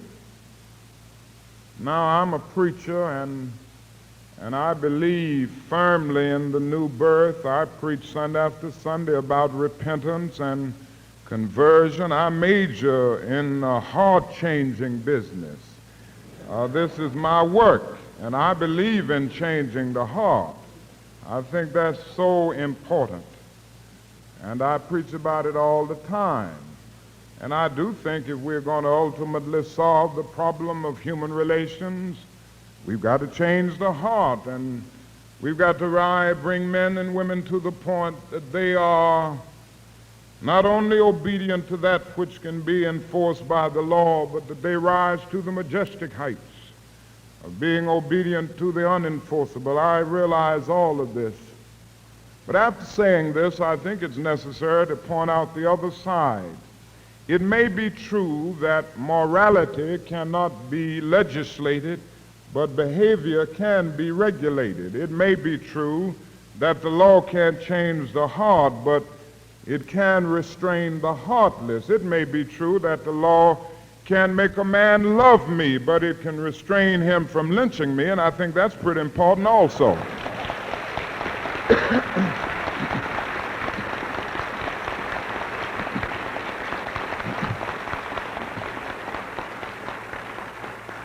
So while legislation may not change the hearts of men, it does change the habits of men. And when you change the habits of men, pretty soon the hearts will be changed. The attitudes will be changed. And it is necessary to see that we still need creative, meaningful civil rights legislation on the federal level and also on the state level. And I need not labor this point. I'm sure that you are aware of the fact that there are still numerous problems in every community that we've got to deal with. I think it was very unfortunate for our whole nation that the Fair Housing Bill of the state of California was defeated. Somehow, if we can't learn to live together in neighborhoods, if we can't come to the point of really having integrated housing, we are a long, long way for the realization of the American dream. And we've got to be honest with ourselves. The prejudices in our society, both north and south, are still deep-rooted.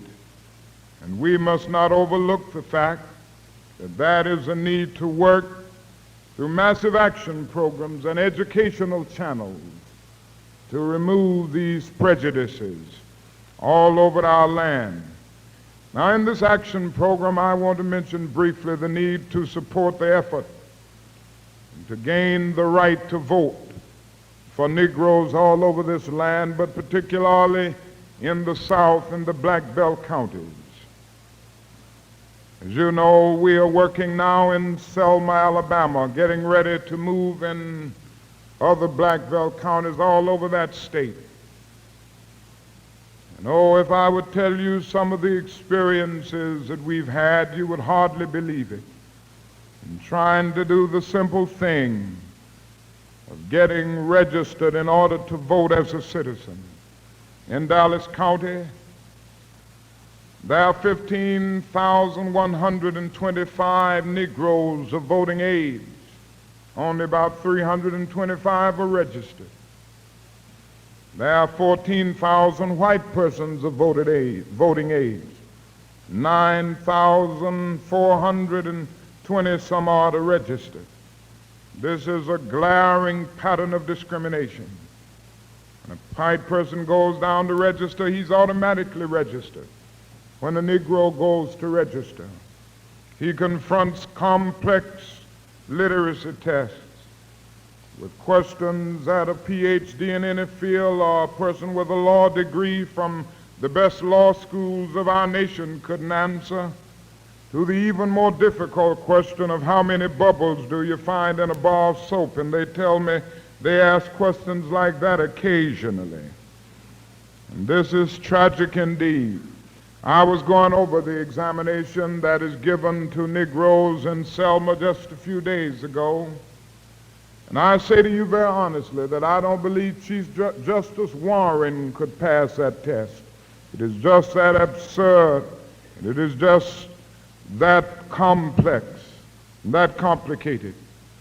But not only the literacy test, Negroes face the threat of arrest the minute they go to the courthouses in these Black Belt counties. They get together to go to register. So often they're immediately arrested for unlawful assembly, any charge, disorderly conduct, disturbing the peace, contributing to the delinquency of a minor, contempt of court. And then above all of that stands the sheriff. And in these rural Black Belt counties, the sheriff is a symbol of all of man's inhumanity to man. They so often beat us. They so often use cattle prods to keep us from going in to register. They throw us in crowded jail cells and treat us as if we were wayward animals. And this is a long story of the Negro's search to get the ballot. But if we are to change conditions in Selma, we've got to get it. The adjoining county, Lowndes County, Negroes outnumber whites 5-1. In Wilcox County, Negroes outnumber whites 3-1. And in both of these counties, you don't have a single Negro registered to vote. I just think if Negroes could register to vote in those counties, things would change in Alabama, Governor Wallace would talk a different way. Every political leader would act differently. Negroes would be able to live on paved streets. In Selma, Alabama, the average Negro makes only $12 or $13 a week. The Negro could work. He would make more than $12 or $13 a week. If the Negro could vote, he would change the very political structure and liberalize the total political climate. And so there is need for new legislation to grapple with this problem in Alabama, in Mississippi, in Louisiana, and other states. I've been talking with President Johnson and Attorney General Katzenbach over the last few days about this problem. Fortunately, I think they're getting ready to offer new legislation to the Congress of our nation. And I would like to urge every person under the sound of my voice to give the kind of support to this legislation in order to get it through in a speedy manner, the kind of support that we need. Certainly we don't need a filibuster. We don't need this bill going through a lot of committees and getting bogged down with the paralysis of analysis. We all know what is happening to Negroes in Alabama and Mississippi, and that bill is an urgent necessity now. And it is my hope that in the next few weeks we can get this bill through so that Negroes can register to vote. This is a part of the massive action program that I'm talking about.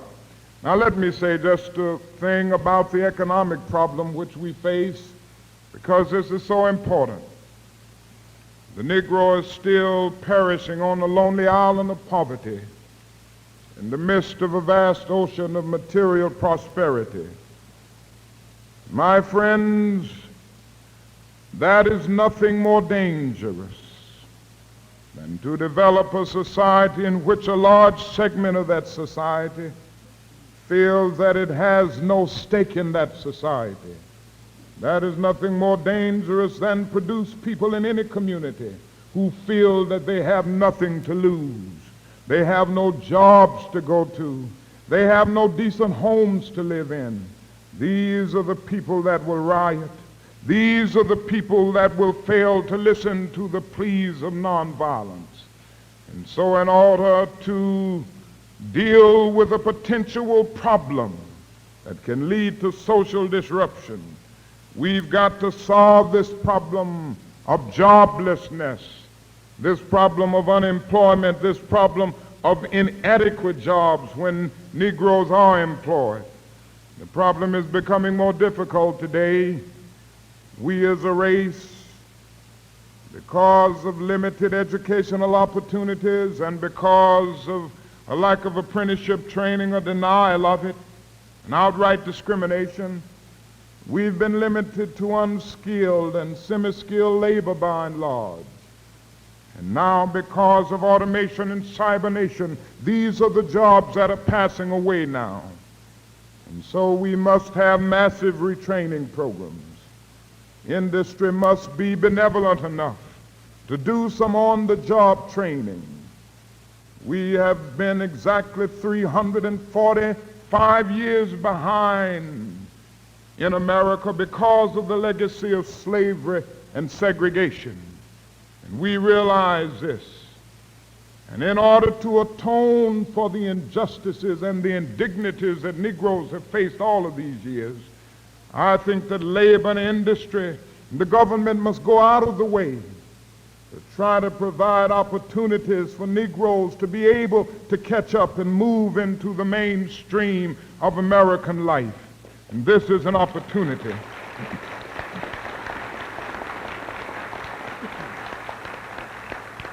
I think if we are given, we don't want any job that we can't handle, but we don't want to be told that we can't learn how to do the job. Given the chance, we can learn it and we can produce.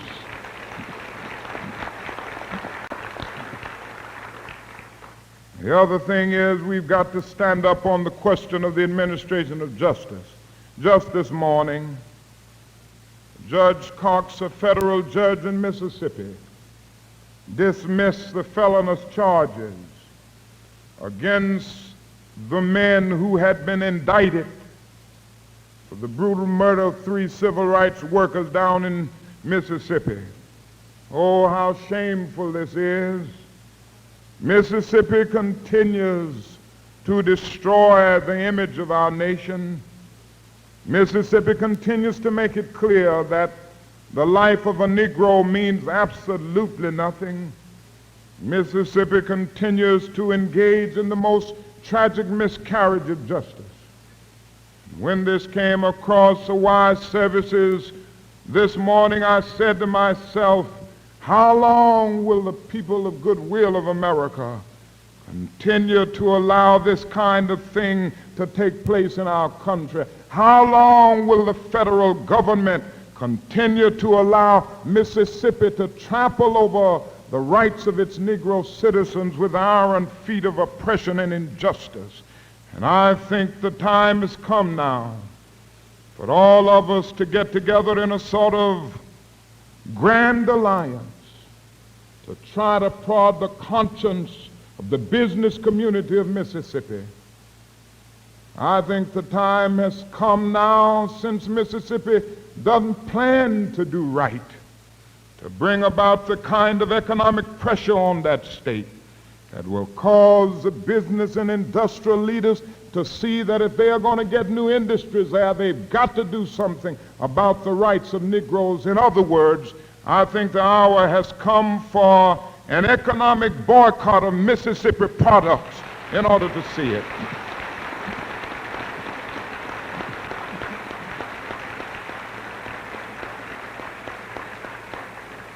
And I believe if we could do this, we would see changes almost overnight in the state of Mississippi. And so there are many challenges. Let me say to you as I move toward my conclusion that I'm still convinced that in working through this massive action program, that nonviolence is the most potent weapon available to oppressed people in their struggle for freedom and justice. I still believe that violence is both impractical and immoral in our struggle. And I will still continue to teach and preach all over this land that the old eye for an eye philosophy ends up leaving everybody blind. Certainly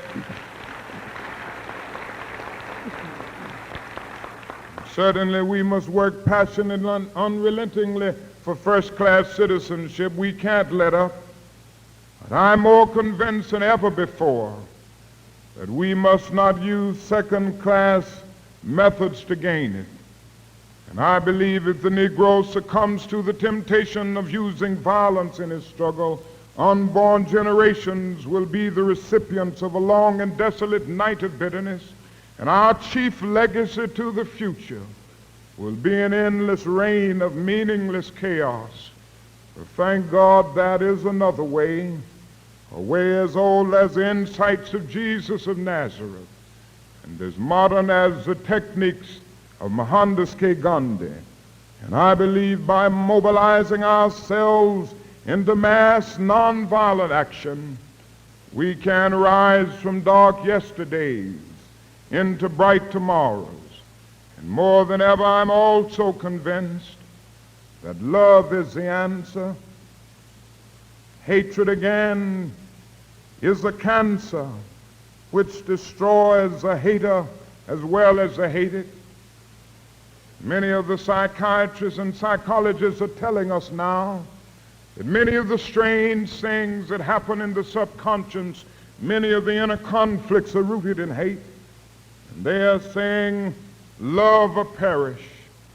And it is a wonderful thing to have a method of struggle where it is possible to struggle with determination, courage, and zeal, and yet not hate the perpetrators of the unjust system.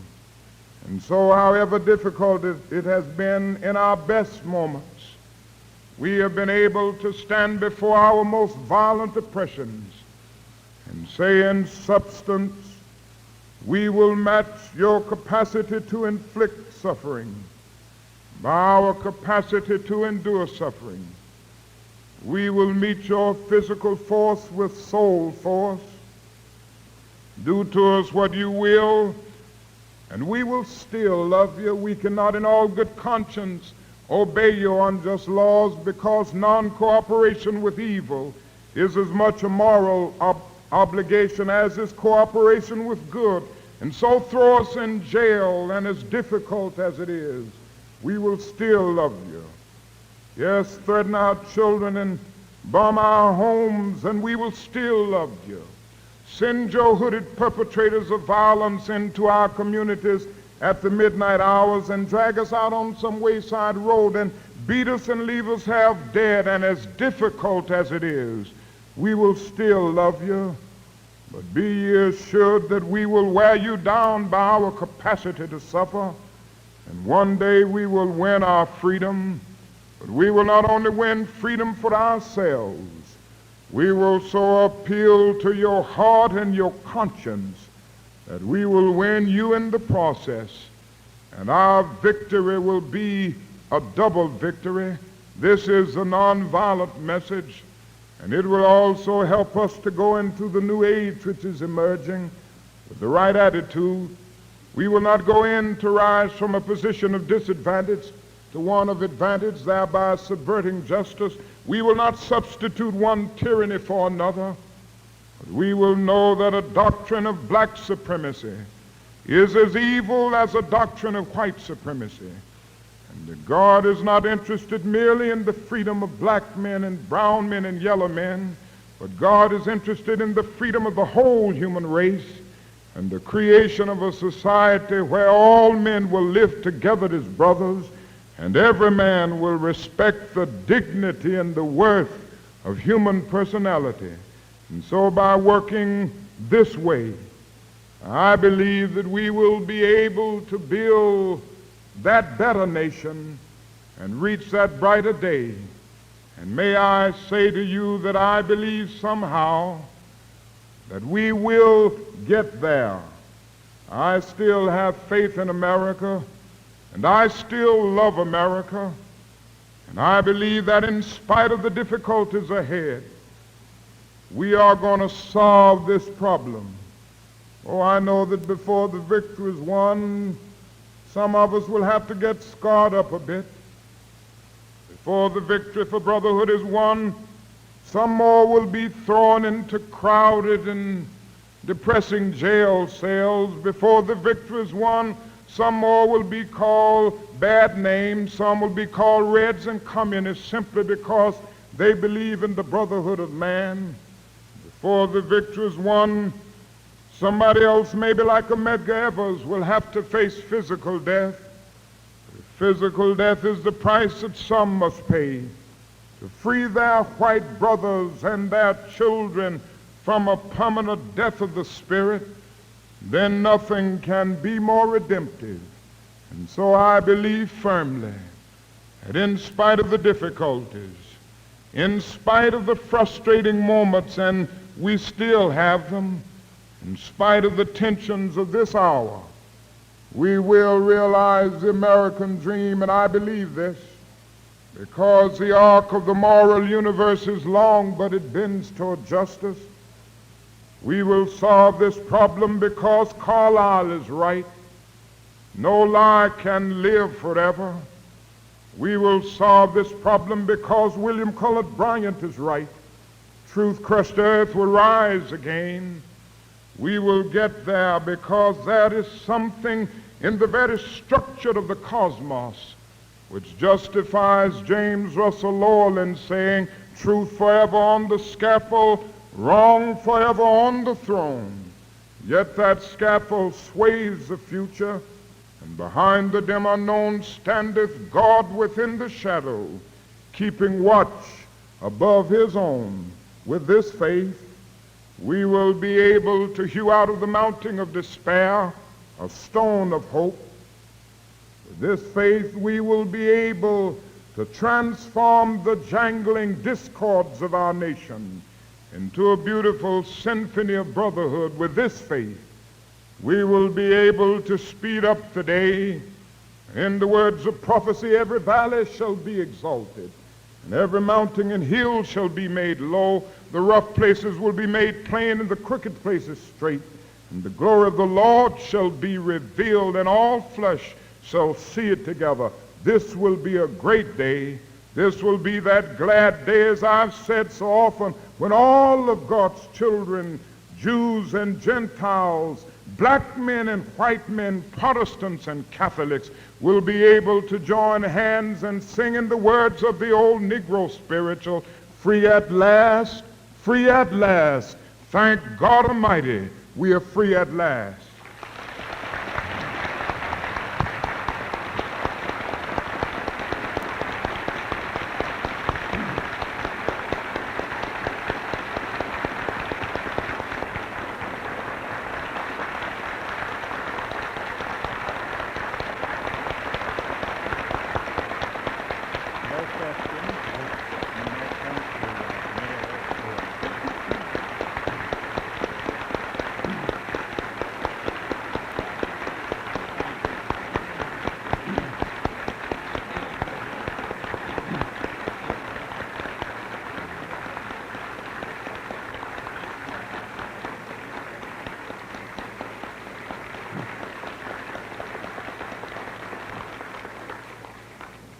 Ladies and gentlemen, you will find some printed matter on each of the tables.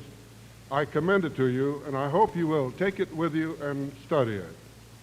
Mr. Mayor, we deeply appreciate the cooperation of the city in making this event possible. And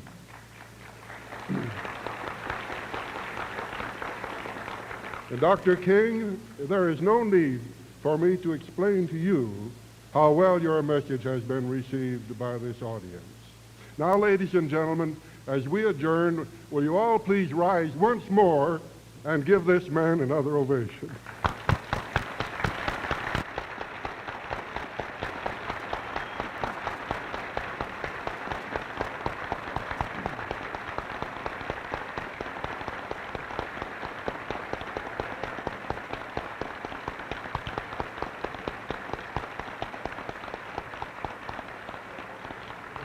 We stand adjourned.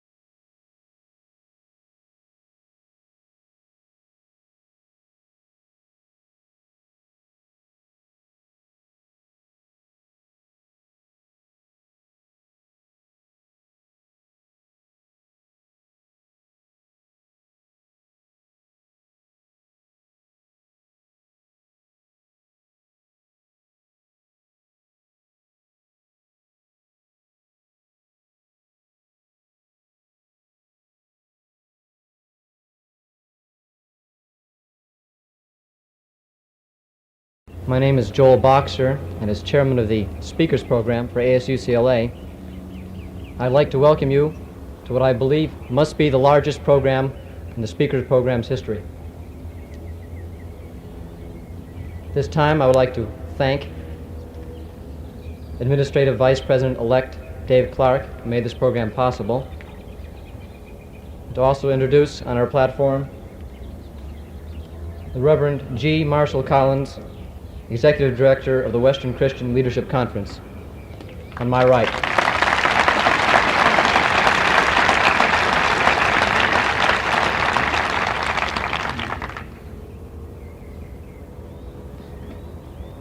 I would now like to introduce Jeff Donfeld, Student Body President, UCLA.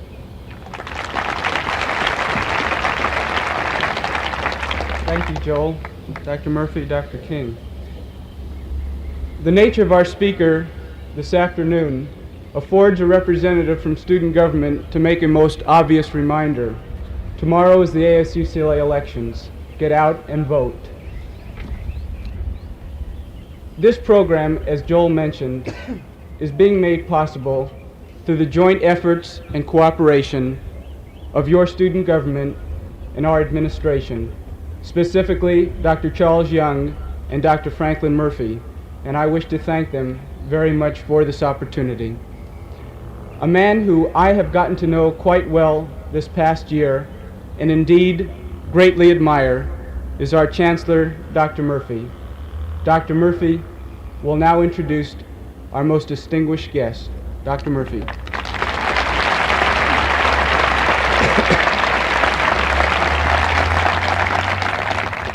Members of the UCLA community, our distinguished guests and his colleagues, this is for me, as I'm sure it is for you, an extraordinary experience when the legend becomes reality. It is a commonplace, albeit a valid one, to observe that by all measurements the world today seems to be in a state of crisis. It's equally clear, I think, and indeed this is the issue for which the university stands, that these problems, sometimes seemingly insoluble, always deep and complex, will be resolved in the first instance by a resort to reason. Reason, not prejudice, not tradition, but reason. But secondly, and something that is perhaps too often forgotten, even within the academic community, is that the ultimate force for the solution of these enormously complex problems here and abroad lies, it seems to me, within the word integrity. Integrity of thought, integrity of action, integrity of position, absolute integrity. No man in our time, I think, has brought into focus more sharply the issue of integrity than our guest today. He has reminded us, and these reminders are often uncomfortable, that the Judeo-Christian ethic, if it has validity, must be based upon integrity. He has reminded us that the time-honored and often muttered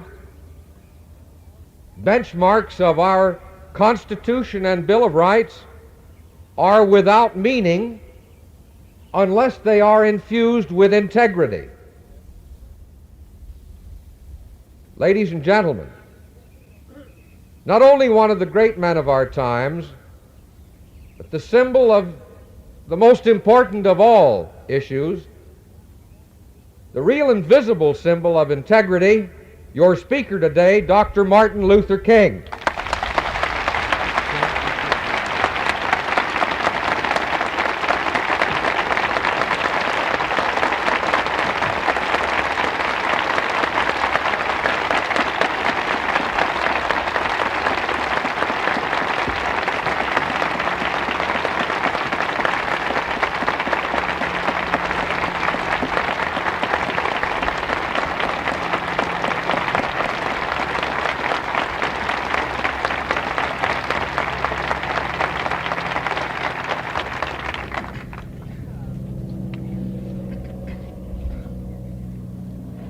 Chancellor Murphy,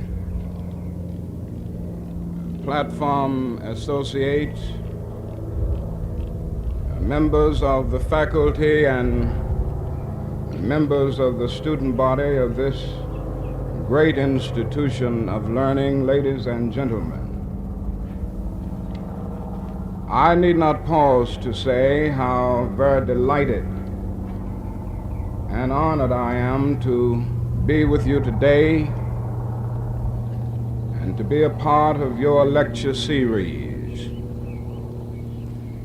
It is always a rich and rewarding experience when I can take a brief break from the day-to-day demands of our struggle for freedom and human dignity in the South and discuss the issues involved in that struggle with college and university students and concerned friends of goodwill all over the nation. And so I say it is a great privilege and a rich opportunity to be with you. As I stand here, I'm so deeply indebted, as millions of other people are, to this great institution for all that it has given to the cultural and intellectual life of our nation and of the world. And so I say thank you, and I also want to thank you for the support that you've given our struggle in the South and all over this country. That is a desperate question, a poignant question on the lips of millions of people all over our nation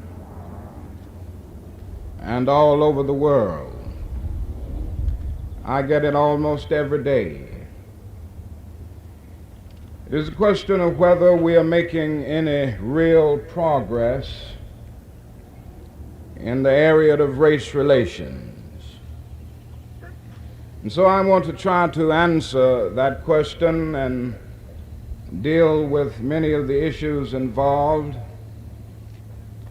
by using as a subject from which to speak the future of integration. Now, there are some people who feel that we aren't making any progress. There are some people who feel that we are making overwhelming progress. I would like to take what I consider a realistic position and say that we have come a long, long way in the struggle to make justice and freedom a reality in our nation, but we still have a long, long way to go. And it is this realistic position that I would like to use as a basis for our thinking together. Now let us notice first that we've come a long, long way. And in order to illustrate this, a little history is necessary. You will remember that it was in the year 1619 when the first Negro slaves landed on the shores of this nation. They were brought here from the soils of Africa. Unlike the Pilgrim Fathers who landed at Plymouth a year later, they were brought here against their wills. And throughout slavery, the Negro was treated in a very inhuman fashion.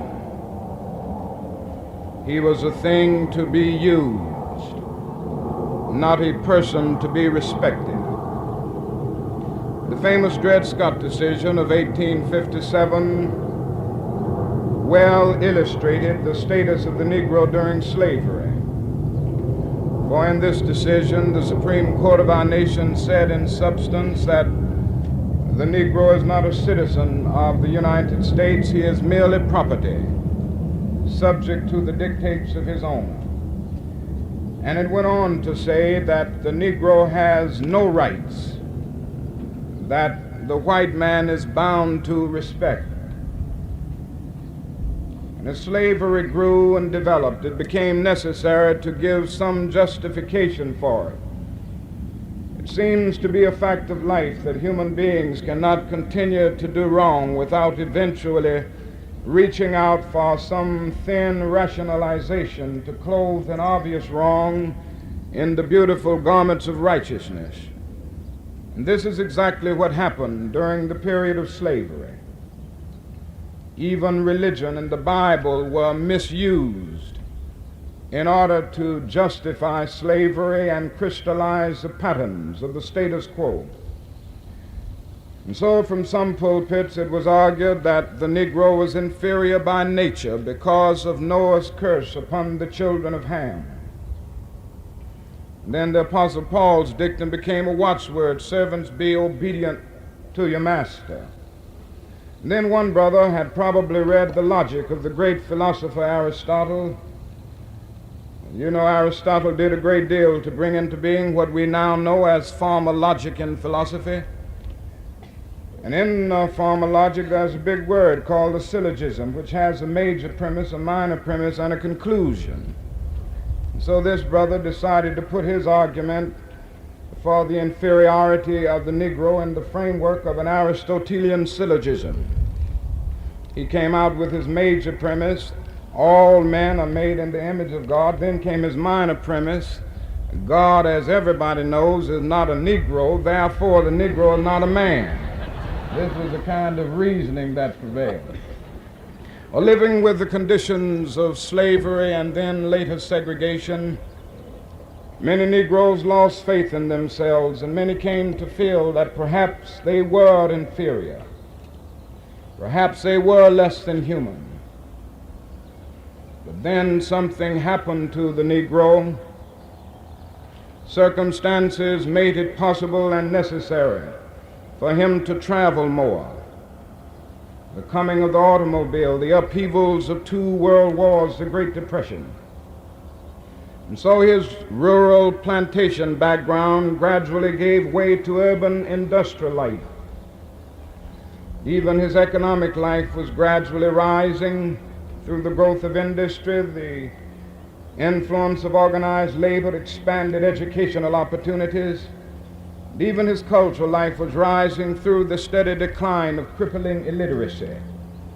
And all of these forces conjoined to cause the Negro to take a new look at himself. Negro masses all over began to reevaluate themselves, and the Negro came to feel that he was somebody. His religion revealed to him that God loves all of his children, and that all men are made in his image, and that the basic thing about a man is not his specificity, but his fundamentum, not the texture of his hair or the color of his skin, but his eternal dignity and worth. And so the Negro could now unconsciously cry out with the eloquent poet, fleecy locks and black complexion cannot forfeit nature's claim. Skin may differ, but affection dwells in black and white the same. Were I so tall as to reach the pole or to grasp the ocean at a span, I must be measured by my soul. The mind is the standard of the man. With this new sense of dignity and this new sense of self-respect, a new Negro came into being with the determination to suffer, to struggle, to sacrifice in order to be free. And so in a real sense, we've come a long, long way since 1619. The Negro has come a long, long way in re-evaluating his own intrinsic worth. But not only has the Negro come a long, long way in re-evaluating his own intrinsic worth, if we're to be true to the facts, we must admit that the whole nation has come a long, long way in extending the frontiers of civil rights. 50 years ago, and at points even 25 years ago, a year hardly passed when numerous Negroes were not brutally lynched by some vicious mob in the South. but lynchings have about ceased today. This reveals that we've made some strides. At the turn of the century, there were very few Negroes registered to vote in the South. By 1948, that number had leaped to 750,000. By 1960, that number had leaped to 1,200,000. And it is still going up in spite of opposition. This reveals that some progress has been made. Even in the economic area, we've seen some developments. The average Negro wage earner who happens to be employed today earns 10 times more than the average Negro wage earner of 12 years ago. And the national income of the Negro is now at about $30 billion a year, which is more than all of the exports of the United States and more than the national budget of Canada. This reveals that there has been some progress on this level. But probably more than anything else, we've seen in our day and in our age the gradual breakdown of the system of legal segregation. We all know the history of this system.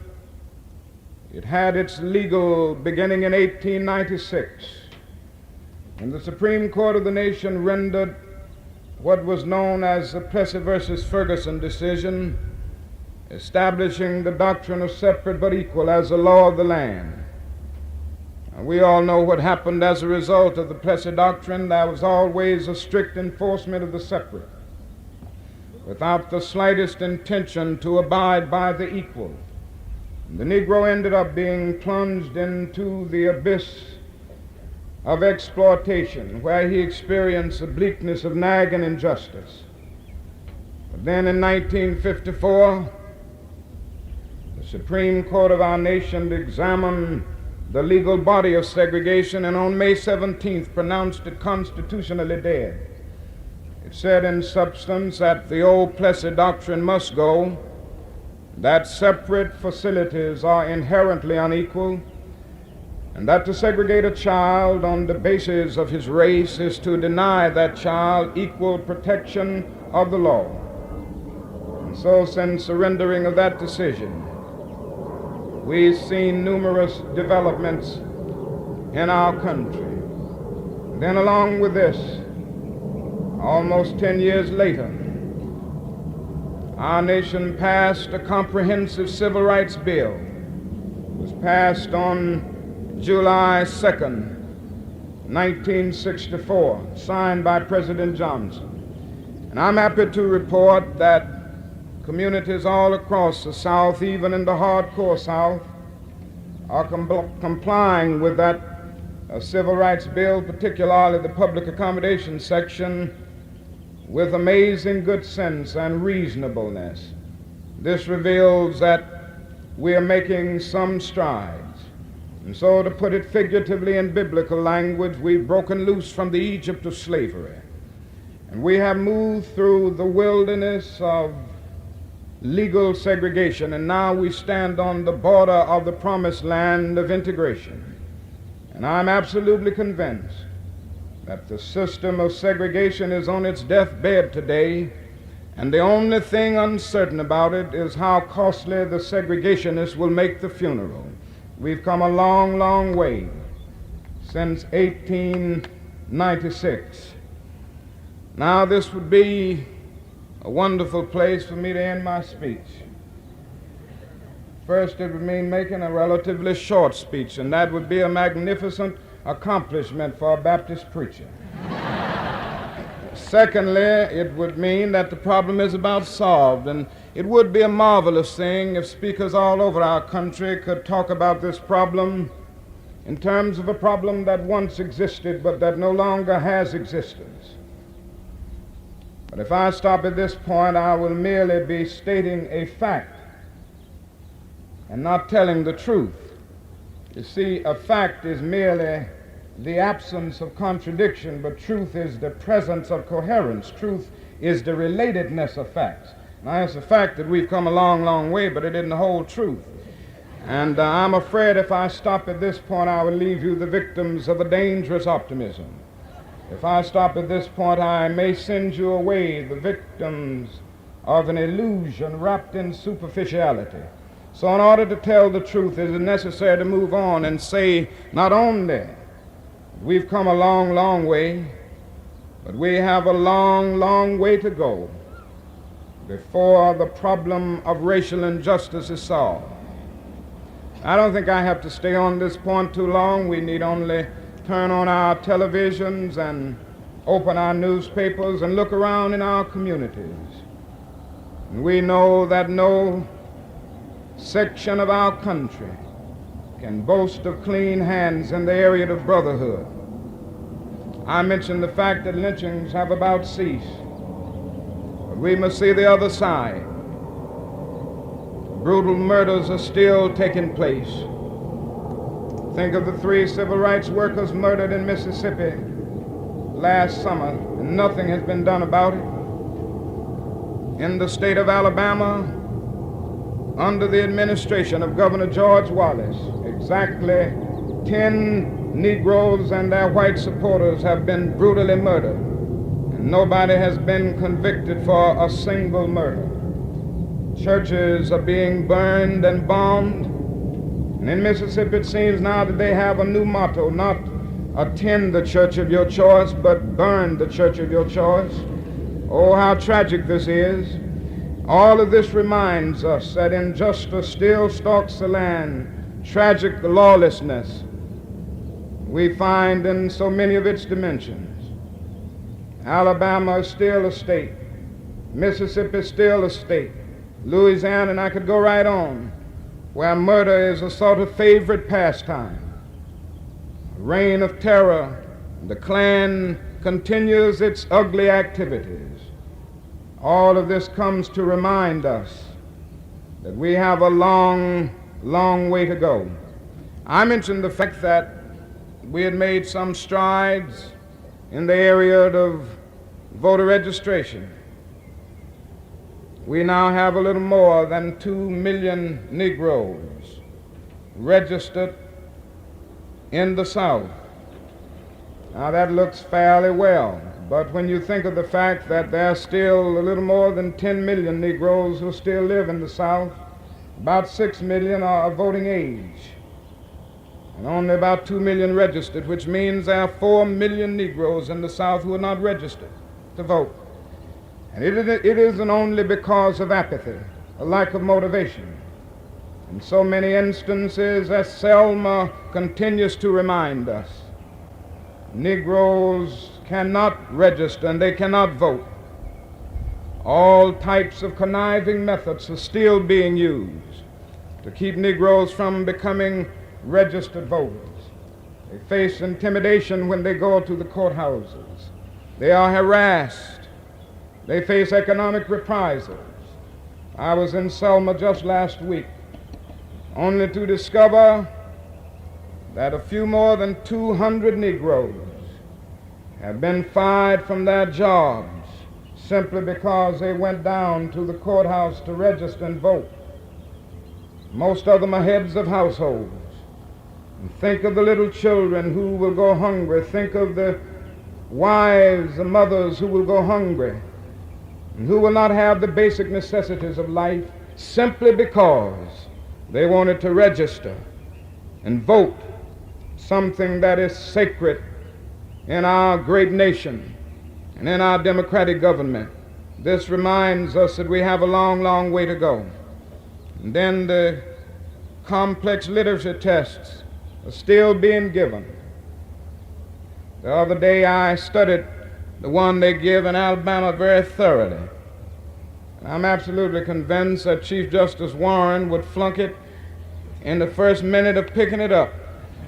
Questions are so absurd on that and so ridiculous and so complicated that a person with a PhD in any field or a person with a law degree from the finest law schools of our nation could not answer them. And this is what we still face. And so this reveals that we still have a long, long way to go on the voting front. I mentioned economic justice, and I gave a big figure, $30 billion, as the figure that tells us about the annual income and buying power of the Negro. But when we look at the other side, it tells us that we still have a great deal of work to do. But that other side reminds us that 42% of the Negro families of our country still earn less than $2,000 a year, while just 17% of the white families earn less than $2,000 a year. 21% of the Negro families of our country still earn less than $1,000 a year, while just 5% of the white families earn less than $1,000 a year. 88% of the Negro families of our country still earn less than $5,000 a year, while just 58% of the white families earn less than $5,000 a year. And this reveals to us that we have a long, long way to go. And another problem has come into being because of the social injustices and the neglect of the past. We have inherited a difficult problem in every major city of our country. The Negro has been denied educational opportunities in so many instances, been covered up in ghettos, crowded in overcrowded, woefully inadequate schools, and so he was denied the opportunity in many instances, denied the opportunity for apprenticeship training. And for this reason, we have been limited by and large to semi-skilled and unskilled labor. Now a force called automation and cybernation came into being. And these are the jobs that are passing away. And it compounds a problem that the Negro confronts because he faces the double blow of outright discrimination in employment and the displacement of the sociological changes that are developing as a result of automation. The concerned society must do something about this. Massive public works programs, massive retraining programs must come into being in order to grapple with this problem. For when people are walking the streets hungry, when they have no jobs, when they see life as a long and desolate corridor with no exit sign, they become bitter. And that is nothing more dangerous for any society than to develop a large segment of that society and leave them with the feeling that they have no stake in the society, that they have nothing to lose. These are the people who will not listen to the pleas of nonviolence. These are the people who will riot because they see no way out. And so the massive social problems that can result as a result of the economic problem must be dealt with. And this reveals that we have a long, long way to go. And let me say that even though I said we had made great strides on the question of segregation, the problem that is not yet solved. Now, it may be true that, as I said, figuratively speaking, old man segregation is on his deathbed, but history has proven that social systems have a great last-minute breathing power, and the guardians of the status quo are always on hand with their oxygen tents to keep the old order alive. And we have to face the fact that segregation is still with us. We still have it in its hardcore forms in some parts of the South. And we still have it in its de facto expressions in almost every state and city of our Union. But I'm absolutely convinced that if democracy is to live, segregation must die. Segregation is a cancer in the body politic which must be removed before our moral health can be realized. And so the great challenge facing America is to get rid of racial segregation in all of its dimensions. And this must be done not merely to meet the communist challenge, as important as this happens to be. It must be done not merely to have a good image in the world, and we want this image, and we must have it. It must be done not merely to appeal to Asian and African peoples. In the final analysis, racial injustice must be uprooted from American society because it is morally wrong. Segregation is evil, to use the words of the great Jewish philosopher Martin Buber, because it substitutes an I-it relationship for the I-thou relationship. To go back to the thinking of St. Thomas Aquinas, it is evil because it is based on human laws that are out of harmony with the moral, the natural, and the eternal laws of the universe.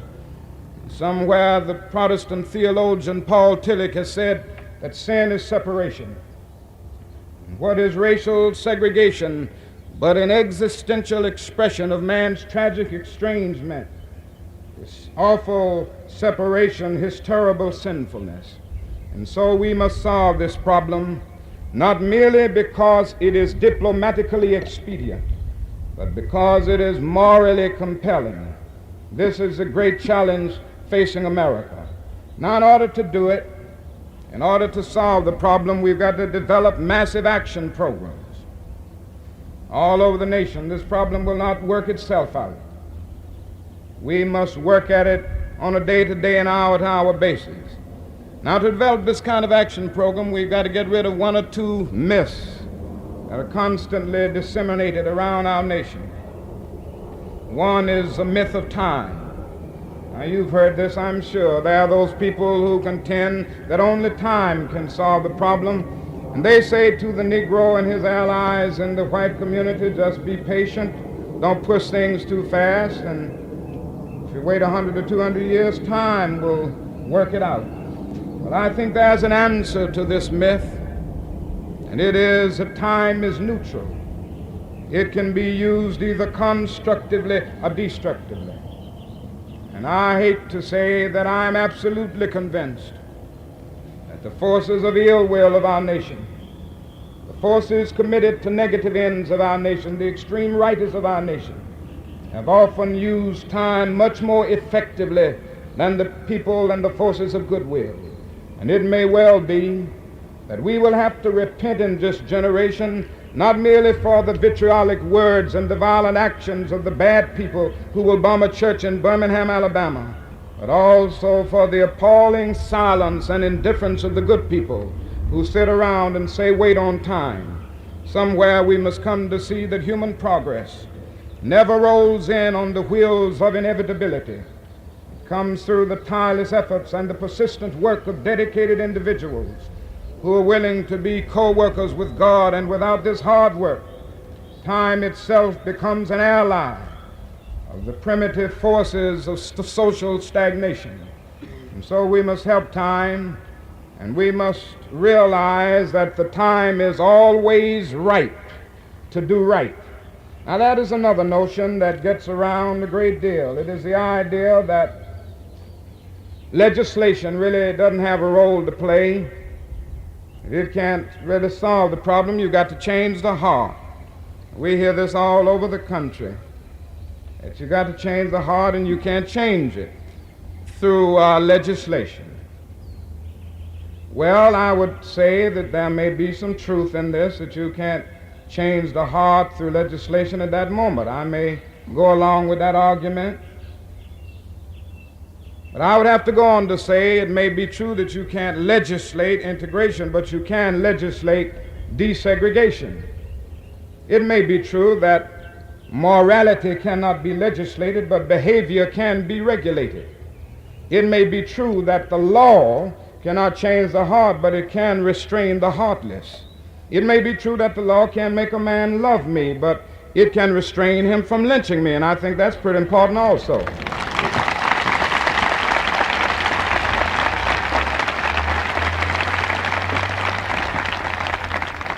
So while the law may not change the hearts of men, it does change the habits of men. And when you change the habits of men, pretty soon the attitudes and the hearts will be changed. And so that is a need for strong legislation constantly to grapple with the problems that we face. Right now, a civil rights bill dealing with voting is being debated in the Congress of our nation. And I think this is one of the most important bills facing our nation today. This bill came into being as a result of our movement in Selma, Alabama, a movement articulating the longings and aspirations of the Negro people of the Black Belt for freedom and for the right to vote. And this movement dramatized the issue so much that the President of our nation, backed up, I'm sure, by the vast majority of people of our nation, came forth calling for new civil rights legislation to guarantee the right to vote. But there are forces right now in the Senate seeking to emasculate that bill. They're seeking to do it already. They're seeking to hold on to the poll tax and not bother that. And they're seeking at points to bring in other amendments which will give us another weak bill. And I think all people of goodwill must mobilize our resources and say to the Congress of our nation that we must have a voting bill this time, which will end the need for a voting bill any time in the future. The right to vote must be guaranteed for every citizen of our nation, and every obstacle must be removed, even the poll tax, which still exists on a state level in Texas, in Alabama, in Mississippi, and in Virginia.